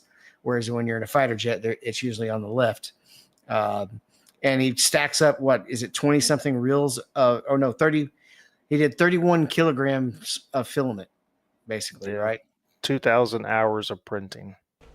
I want to know what the hydro bill was. Yeah, we know it's 353 kilowatts of electricity, but that's true. So I mean, not, and I can guarantee not all of those prints came out perfect the first time. So I see this, he printed his, flying cockpit, but it makes me think of Race Beyond Matter and how he's done a surround cockpit for racing. Can one of you guys who's a 3D printer, print up an actual race cockpit of a Porsche or something? Yeah, I mean, we've seen people have done dashes and whatnot. So yeah, I think what did we look a week or two ago? The guy built a 296 Ferrari. Is that right? Yeah, there's just a little bit more functionality when you actually have switches up on the roof. I don't know. I don't see many drivers actually reaching up to the roof to turn their left brake fan on. It's pretty neat, though. All right. Next up, we've got it. Is this another CDU? How about it, Will? Actually, I'll take this one. So Cool. we put this on the script a few weeks ago. This is the Simfire DDU mount. This is the one with the magnetic to where you can take it off. So I ended up ordering this. And just threw up a couple of pictures here just to kind of show our listeners what it looks like and then what the mounting bracket looks like. This thing is fantastic. The magnet is super strong. It is so easy just to take and put it on, pop it off. Like I don't have it on right now, so that I can see the screen easily. All I have to do is unhook it, undo the power cable. It pops right off. So like when I run the cup car, if I'm in a stock car, I'll take the DDU off because I don't need all that information. And then when I get back onto the roadside, it's easy just to put it back on. So, this was again another great idea from Simfire. I can actually, if I want to tilt it back, I can do whatever I really want to. So I tried to DIY something like this with magnets, and I couldn't get it to work. And then when I saw this, I thought it was a great option. So I'm going to have to reach out to Tony and tell him that fantastic job on this. So if you're looking for an option to where you can remove your DDU pretty quickly, this is a very, very good option, very well built. Great idea. That's the drawback on the one I have. It's not removable. It's always in my way. Even right now, I can't see my taskbar on the screen So because of it. he makes one. I believe he makes one, Mike, for your phone mount as well.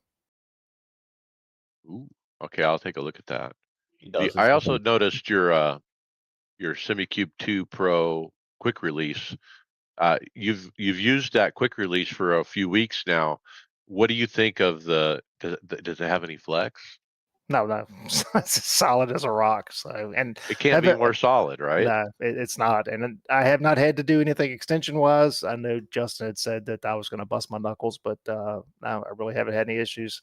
I mean, I've got on the back of the cube controls, I think it's about a 30 millimeter extension on that as it is. But yeah, no, I mean, I used to watch you have to fight to get yours off, and I was like, man, that looks aggravating. But it's really slide the pin out, give it a pop on the bottom. It's easy, and yeah, it doesn't move. I mean, even with the NRG, with the Sim Magic one, at times I could feel a little bit of flex. This thing it's just as solid can be.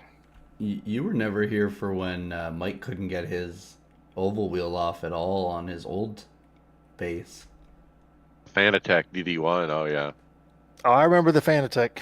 I mean, I remember going back to the club sports, and even then it was because you had that stupid set screw that you had to screw in.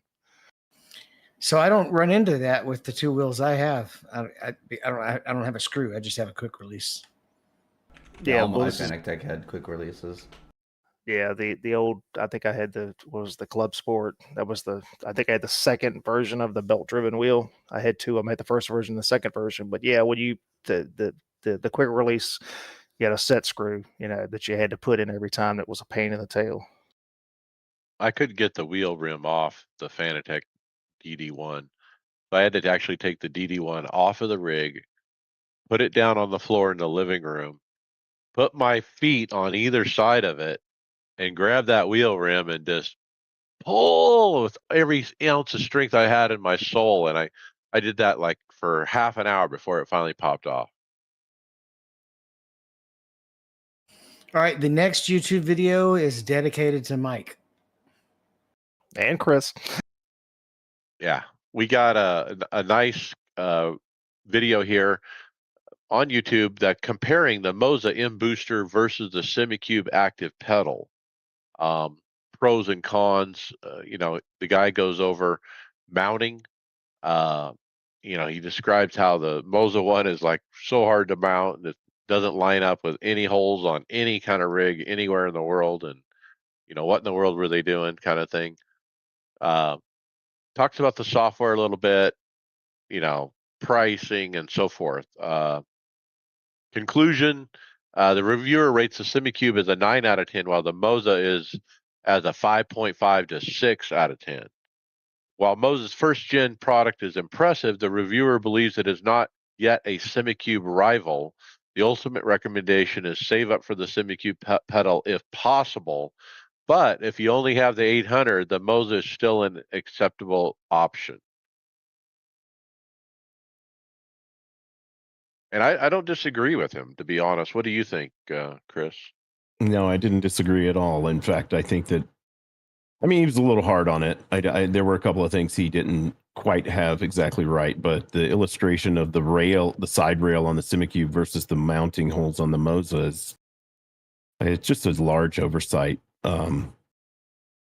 Again, it is half the price or almost half the price. So it was more doable, but I've gone to on my throttle because they don't have the feedback in the in booster. I've literally hooked up an old SimMagic haptic on my throttle to give me the wheel slip, because that was such a big part of what I was running when I was running my other pedals. I think David talked about it a couple weeks ago. The second your wheel starts slipping, you can feel that in the pedal, and you can modulate to keep your traction. So it just didn't have it. But yeah, I've never used the SemiCube though. Did any of y'all use it at the expo? Oh yeah, I love it. And what was your thought versus? I guess they're not set up exactly the same, so it's kind of hard to judge. But well, the SemiCube felt more detailed than the Moza. Okay. Is the way I came across. There's a little more fidelity there, I guess. It's almost like comparing a Fanatec wheelbase to a SemiCube wheelbase. When it's like, well, that force feedback feels this way, and this feels a little bit better, but it feels this way. And that's kind of the feeling I got when I switched between them. One thing in this video that I disagree with is he said that it was the Moza M Booster is really loud, 40 to 60 decibel, making extremely loud hissing noises. I don't have any of that. It doesn't make any noise. It sound. To me, if it doesn't, I think the new software, it'll put itself to sleep after a certain amount of time, where originally it was just running all the time. There's a small. It sounded like a fan to me running, but it's not. It's something in there. But you gotta. It's not any louder than anything else going on a rig. I think on their website it says as low as 40 decibels, which I think maybe he just read that and kind of went with it, but it's not loud at all to me, in my opinion. I don't know. I still go back to the whole mounting issue. There's a mounting convention in sim racing when it comes to 80/20 rigs, and virtually every pedal manufacturer complies to that standard. And yet they just were like, nope, we're doing it our way.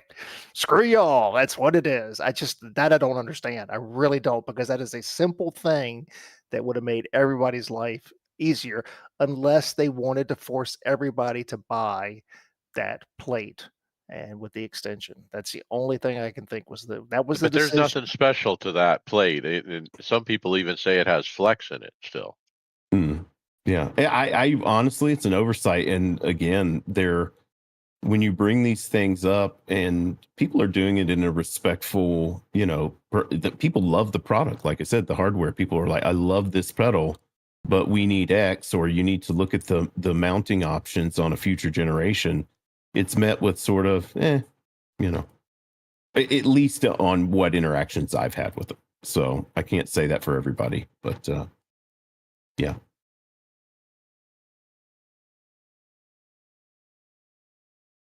All right, we talked quite a bit already about Sarah's video, but it's next up on the script. It's what I thought when I first looked at it is when it said finally tried motion, I was a little confused, but I realized she's still putting together content from the expo, and this one was focused on the motion. Yeah, and it's a lesson, in motion, like I mentioned before. She describes in very layman terms pitch, roll, heave, yaw, surge, sway in a way that you can understand it. And so even to this day, I've been exposed to motion for quite some time. I still get these things mixed up. So it was kind of nice to have her go back to the basics, teach us about that, and then kind of go through the different DOFs. Go 1, 2, 3. I think there was a 3.5, or was it 2.5? And then the 5 and the 6 finally. And then which players or which companies are in each of those markets. Um, talking, commercial grade as well. Um, she talks about, what kind of specs do you want to look for in a particular motion system? And she gives some nice recommendations. Start with at least a 3 DOF, 100 millimeter of stroke minimum, velocity of over 250 millisecond on the speed, um, and so forth, and latency under 20 millisecond.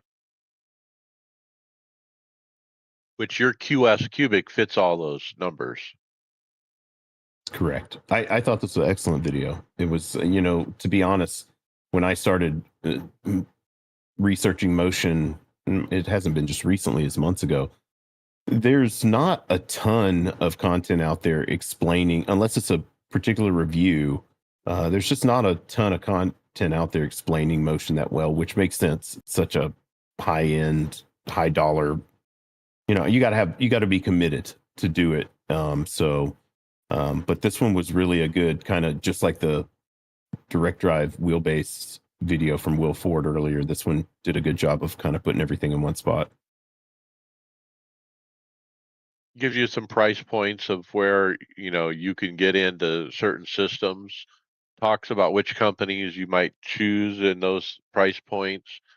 Again, the key specs: stroke, speed, payload, which is weight, and then actuators, how many. All right, before we jump done. go ahead. Before we jump to results, how many Black Friday things do we have on here to sneak in, Brad? We just got a couple here. So just a couple quick hits. Cube controls, Black Friday, 35% off. The GT Pro, V2, GT2 X, 25% off. The F Pro. So anywhere from 25 up 20 to 30, 35% off. Yeah, select wheels. You can take a look at that. And then also we've got Solpec as Black Friday going on November 17th through the 30th, up to 15% off selected products. So obviously that's not enough for Will to go ahead and pull the trigger. Will, that's enough. Do it. Do it.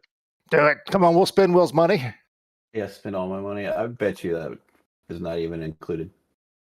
Probably not. Oh, it is. Probably not. It was. I saw it on there. Yeah, 1,400 euros, but it's included.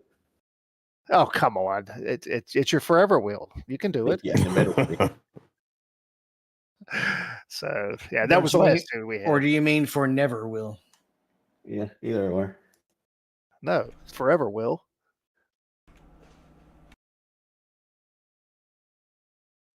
All right. Results. Let's jump to our league, the iRacers Lounge Podcast Winter Series, or Polar Series, I guess we call it. David, P12 at Vegas.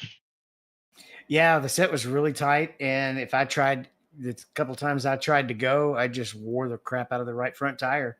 I could not keep pace or save tire at all. It was, but I just kind of have to remind myself there's a lot of good drivers in this league, because nobody that finished in front of me is undeserving, I guess. It's just the pace I had at this track. All right. And then Justin Pearson had a P10. Chris Waldron, P22. John Curley, P14. My run, I ran a P18. Ran pretty much 6th to 10th for most of the night, except for that last run. It's really the tale of two races. I ran really good. I thought for the first 2/3 of that race, but then we got to that last run and I just fell like a rock. I don't know what it was. I had similar tires to everybody, but I was 2/10 off everybody in the field. And so I quickly fell back to the last car in the lead lap and finished P18. Chris, you I got think a everybody. P20. So I think everybody really switched gears on that last run because it was a 40 lap run. So it was a little bit less than the full tire stint, and everybody really started going. I did. I tried to work my way up, and still I got up to 9th, and I got to a guy who I was just about the same pace as, but he did a good job of cleanly being hard to pass, and I used my tires up trying to pass him and faded back to 12th. So go ahead, Chris, with your P20. I think I was actually P21. Sorry. I think I looked at my points instead of my finishing position, but it was, I felt the same way. The first run, I was able to stay with the pack. But about halfway through that first run, I could crank the wheel all the way to the left. The right front was just toast. So I had to pit a little bit earlier than everybody else and fell behind. And at that point, tried to save the tire in the second run, like you said, and just was so off pace. There was a conversation going on about how bored they were running the car. That car to me coming out of turn 3 last night or turn 4 last night, it got sideways on me a few times and just going straight at times if you give it too much throttle. So, I don't know, just could not figure it out, but that's not uncommon. So. Well, that was actually Christian, and he didn't really test this car, I believe, when he does a lot of testing. He's also 7K, right? I think, or somewhere around there. So that's yeah. I believe he didn't think it was hard enough to drive. I think that's what he was trying to make it sound like. All right, that was fun. Moving on to winter NIS. I ran Sunday fixed 87s at Daytona. Wrecked out, but I had a good run going. I was running top 5. I actually led some laps at one point, but I got wrecked about halfway through. So it was a bummer. Moving on to B Open, Chris, DNF. Yeah, this was my own fault. Computer crashed on lap 5. I had done some adjustments in an overclocking MSI afterburner and forgot about them and kept wondering why my computer kept crashing during the middle of races, and finally figured it out. So, 100 IR and some SR later, I figured out that I need to not overclock my CPU so much. So I've never really got into overclocking. I've never really touched it. Don't do it. All right, lesson learned, right? IMSA, David, P2 at Mosport. Yeah, was close, but there was one guy just fast. But at first, I thought I was going to really struggle at this track, but it got to moving pretty quickly. It's a challenging track to get around there because there's a lot of sweeping corners where you really almost have to be a little unnice to the GT3s. But there's some places where you can actually go around on the outside, and most of them were being pretty good, pretty respectful if you got on their outside. And no, I never dive bombed anybody in Moss corner, because they're actually just as fast in that slow speed corner. But the high speed corners is where they can really slow you up. P8 at Daytona. Yeah, a lot more people running Daytona, so the splits are tougher. And I've also jumped up in iRating the last couple of weeks at Monza and Mosport, so I'm up in the 1800s now. Tougher competition. Boy, that chicane is different. It is very different. It sure is. Yeah, I've been practicing for the 24 hours this weekend, and yeah, I can tell you it is quite different. Brad, P6 top split. Yeah, motorsports. So after getting killed in a previous race, I was able to have a nice finish over the weekend. So I started P11. Was kind of able to keep up with the top 10 early on in the run. Had some battles and was up to P8 before pit stops. So I made the choice to go ahead and run long. And by doing that, and those guys pitted like I think about really 3 laps before I did, and just light on fuel, was able to turn some quick laps. So ended up jumping both sixth and seventh in the pits, and came out with when I came out, I had about a 3 second lead on them, and was able to keep that. So yeah, just kind of kept it clean. It was a good finish, and after the last few weeks I've had, I'll take it. It was nice to get a good finish. All right, and then William P4.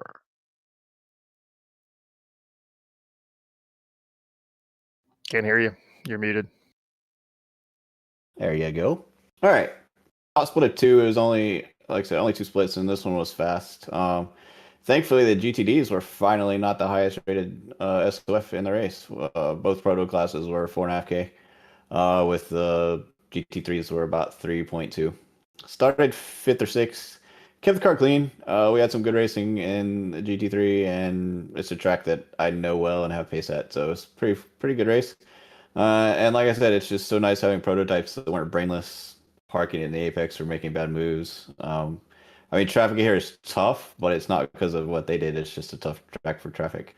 I was faster than P3, but able to chase him down. But every time I got to his bumper, traffic would separate us. And again, not their fault, just how it is on the track.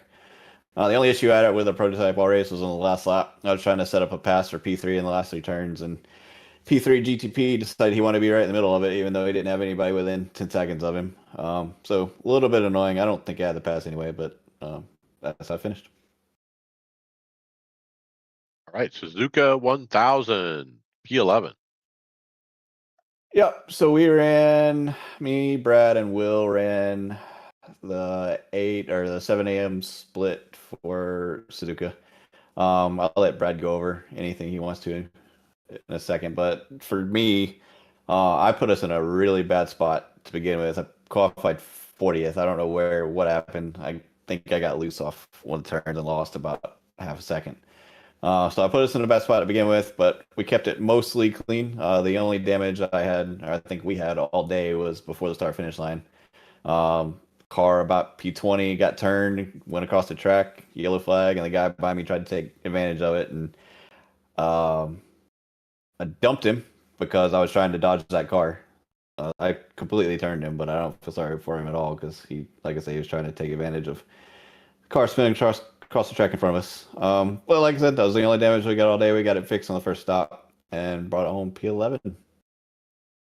Yeah, it was fun. So William started, then Will took second. I went ahead. They split up and did single stints. I did my double in the middle. It was both of them a lot more pace than I had. Just what it is. But I mean, my goal was to keep the car clean. I did. Managed to get us a few spots along the way. It was enjoyable. These things are fun. I hadn't done one in a while. 6 hours. It was kind of a nice short and sweet, and compact. Didn't take an entire day, so it was fun. It was, it's always enjoyable for these things when you're sitting there and you're watching, you're cheering on your teammate, and you're helping them, and you're letting them know, hey, you got 3 seconds to the guy to hit it, and you're catching them, you're 3/10 a lap faster. Hey, you're pulling away from the guy behind you. So we saw a bunch of stupid stuff. Unfortunately, the leader who'd led, gosh, probably 5.5 hours. He led 156 of the 173 laps. Yeah, only to get taken out by an idiot. And I felt gutted for that guy and that whole team. It was just completely unnecessary. So there was some stupid stuff along the way, unfortunately, which there typically is. But yeah, so it was fun. I think the three of us can try to do some of the mech stuff next year. So I got to find pace because I told the guys I'll be the gentleman driver. I'll pay the entry fees, but I got to find some pace to keep up with them. All right, moving on to Grassroots Racing League at the Ring. William P5. Yep. So this week was NERB GP. I don't particularly like this track. I was literal seconds off pace all week in practice. anytime we put a hosted up. So I wasn't really expecting to have any result here, but then we get to qualifying and I put it on pole. Not really sure how that happened. Um, Saying that, I was not prepared, and I left a little bit of an awkward gap and put us green in the middle of the chicane. So that was an interesting start to the race. Might have contributed to some of the stuff Brad's going to talk to. I didn't even get to lap 2 with the lead, though. I got past. P3 was pushing me about 6 laps in.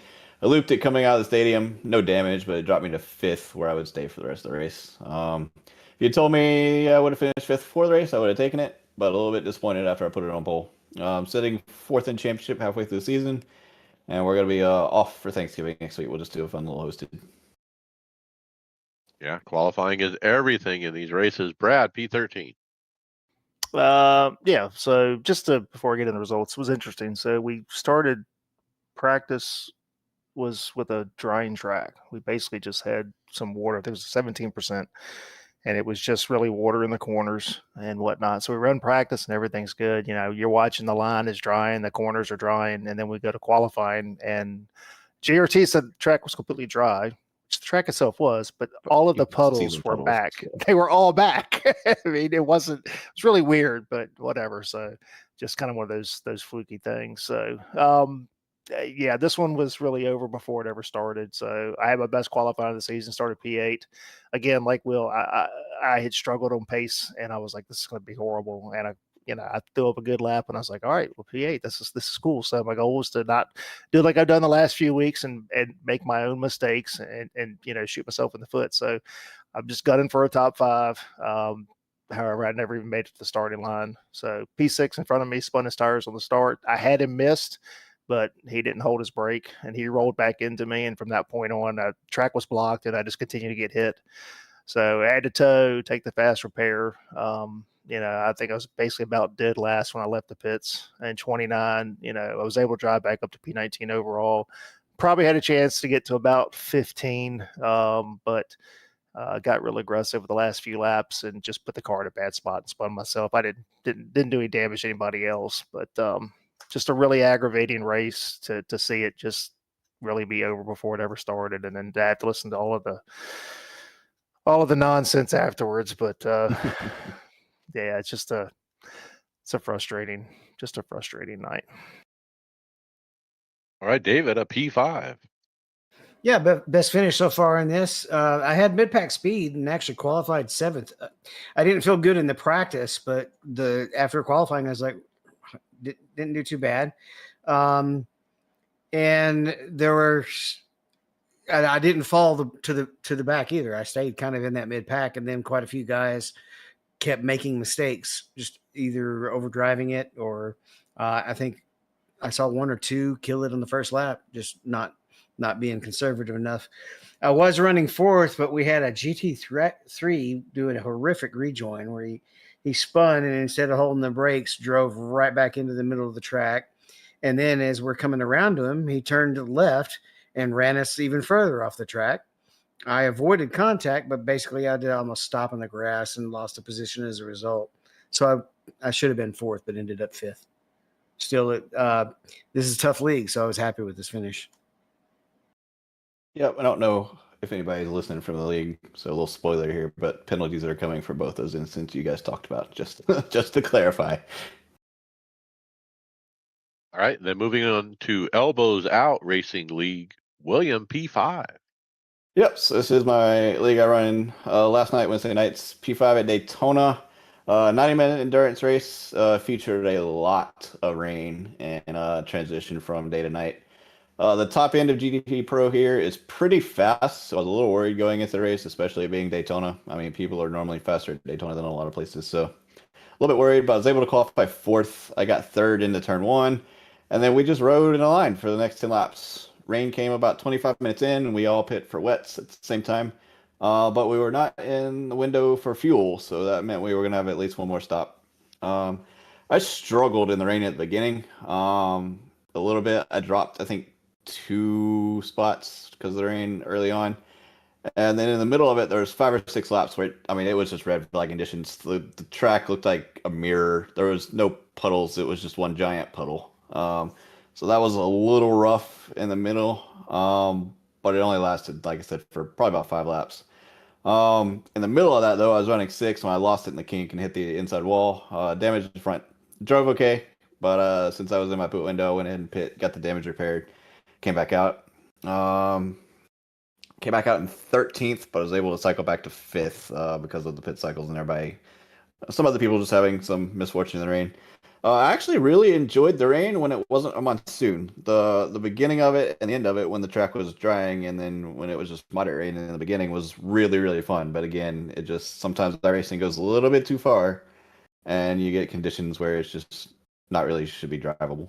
Overall, though, it was really good result. And it's good to hear that they're going to fix that in the upcoming release, the monsoon rain problem. Highline League had a open room and hosted that our teammate Justin Pearson often runs with these guys. I actually jumped in, Justin goading me on, started 44th, and I got wrecked in the first big, huge wreck. They didn't throw a caution, so I was trying to limp it back around because I heard there were quick repairs. But my right front was completely broke off, and when I got around to pit road, I ended up floating up onto the track and going across the grass. I couldn't control it. Ended up on the track, and as the field's coming by, kind of thing. It was like a total nightmare. I ended up towing the car, going several laps down. Stayed in the race. Later, I ran it out of gas, and I was just about to pit, and they threw the yellow, but the pit was closed. So when I went in, I actually missed my pit stall because I remember I started 44th and drove right by it. And then I ran out of gas when I towed. It was over 5 minutes towing. So I'm like, I'm done. It's over. It was a bad experience. Do David they only? Majors, I'm sorry. Do they only run plate tracks? Right. That's all they do. pretty much, yeah. Okay. Yeah. P7. I slipped up a little bit in lap one and dinged the wall coming around one of the corners. This was kind of like the league race we had in grassroots, in that it started slightly wet. It was at 17 state, and there's no chance to warm the tires up in because it was a standing start, being the super formula car. But I just it said I had wheel damage, but I was still turning decent enough lap times that I stuck it out until I needed to pit and used the quick repair. And leapfrog two guys while pitting, and all of the other guys, I don't think I would have outran them even if I didn't have the damage. So decent day. Stayed mostly drama free. Didn't really get involved in anything with anybody else. All right, well done. Other stuff I ran, Carb Cup at Atlanta. Started second, ended up winning the race. Winner, chicken dinner. Look, it may be Carb Cup only, but hey, a win is a win. I was actually stoked. Next up, Chris McGuire hosted Car of Tomorrow at Talladega. Qualified in the back, but worked my way forward. Ended up in the top 5 near the end and finished P3. I ran my tires off too soon. I didn't save them enough for the end. And then we ran Daytona Road with an interesting mix, the new IL-15 Indy Next car, the F3 car, and the Radical SR8. Qualified fifth, finished P4. Man, my left hand was sore, and I was running the Indy Next. All right, jump to final thoughts. Greg Hectus. Looking forward to racing with the boys this weekend. I guess Mike, me, you, David, and what was it? Tom? Tom. Yeah, Tom. Are gonna race the 24 hours of Daytona for the Global Series, or Endurance Series. So let's hope we do good for that. I missed the race this week for the Winter Series or a Polar Series, but I told the guys that I took some medicine and I didn't think I'd be awake. The wife woke me up at 10:30 on the couch, so I was pretty much right. So I'm glad I didn't race that night. But yeah, looking forward to racing on Saturday and trying to feel better because this cough is just unbearable. All right, get better. Brad Wren, final thought. So just a programming note, we will take next week off for Thanksgiving. So first of all, to all our listeners, we hope you have a good Thanksgiving. Um, along those lines, so just you know, there's times where we complain, I think, about our racing, and I know I do, but at the end of the day, I'm thankful that we have the opportunity to do something like this as a hobby. There's a lot of worse things we could be doing. But I'm thankful for you guys. The team atmosphere, when we do races, the time we spent together this year at the Sim Gaming Expo was enjoyable. So look, we complain a lot at times only because we want it better. But at the end of the day, just want to say, thankful for what iRacing gives us. Thankful for you guys. Thankful to the listeners. Appreciate you guys listening, and I hope that everybody has a fantastic Thanksgiving. Heck yeah, we're thankful for sim racing. Yeah, we love it. All right, David Hall, final thought. Yeah, I'd kind of reinforce that, and that if that as long as we're on here saying what we'd like to see improved, that means we care about the product and want to, and it's a part of our interest in what we want to do. It would, if we stop complaining, that's probably when things have gone wrong, right? What was it? Was it Earnhardt Senior that said it doesn't matter if they're cheering or booing as long as they're making noise? Yeah, That's right. it's when they stop. You need to get worried. League race had a decent turnout, even with a couple of the guys having conflicts. But we could still like to see a couple of more numbers. But it's really clean racing. We ran two cautions in a hard to drive car, and the caution were kind of, I guess you could just, they were more natural cautions, not bonehead cautions, I guess is the best way to describe them. So we're having some really good clean racing. So come out and run it. This top heavy points situation is neat. How it's going to play out is, I mean, quite frankly, it's going to come down to a couple of the guys who are the tops, but it's a fun league to run in, even if you're not running for first place. And it's interesting because if you snag a top 5 here or there, or a top 3, it can definitely change the balance in the middle of the pack as well. So come out and race with us Wednesdays. All right, Chris Randall, final thought. Yeah, just to echo what everybody else said. I'm really thankful to be part of this at this point. Thank you guys for accepting me in, and the league racing's been great. Have some great conversations on here, and yeah, complaining about iRacing, I think that's natural part of being a part of iRacing, almost a requirement. But I think everybody here enjoys it. Obviously, the guys here putting on the podcast put a lot into it, so I'm thankful for everything you guys do, and looking forward to hopefully having a motion rig by the time you see me again. So put that together over the holidays. Okay, pressure's on. William Westbrook, final thought. Yeah, like everybody said, Thanksgiving's coming up. Thank you guys. I really enjoy it every Thursday night, and then not only that, we've branched out. I got David and Brad running with me in grassroots now, and we've ran quite a few other things together. So I mean, we built a pretty good community, I think. As far as racing, it's Daytona week, so I've only been doing one official a week besides my leagues. But I think I'll get 4 or 5 in at Daytona this week, and then we're all off next week for Thanksgiving. Every league runs taking a break, so I think I've said on here before, I love my job, but man, it's stressful. I actually get most of the week off next week, so I think I'm just gonna sit on the couch and relax.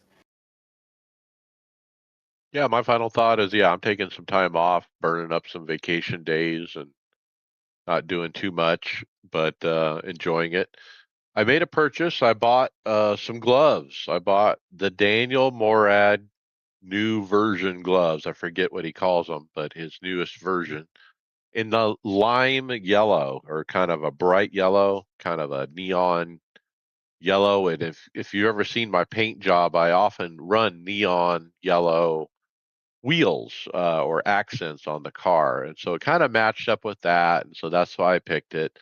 And the deal was you get free sim socks if you buy a set of gloves. So I got the yellow socks, I got the yellow gloves, and I did pledge I'll put up a photo of me in the gloves and the socks up on the Discord so everyone can laugh. But no, I'm looking forward to it. Kind of looking to retire the gardening gloves finally, and so with that, we'll see you on the track later. All right, title ID.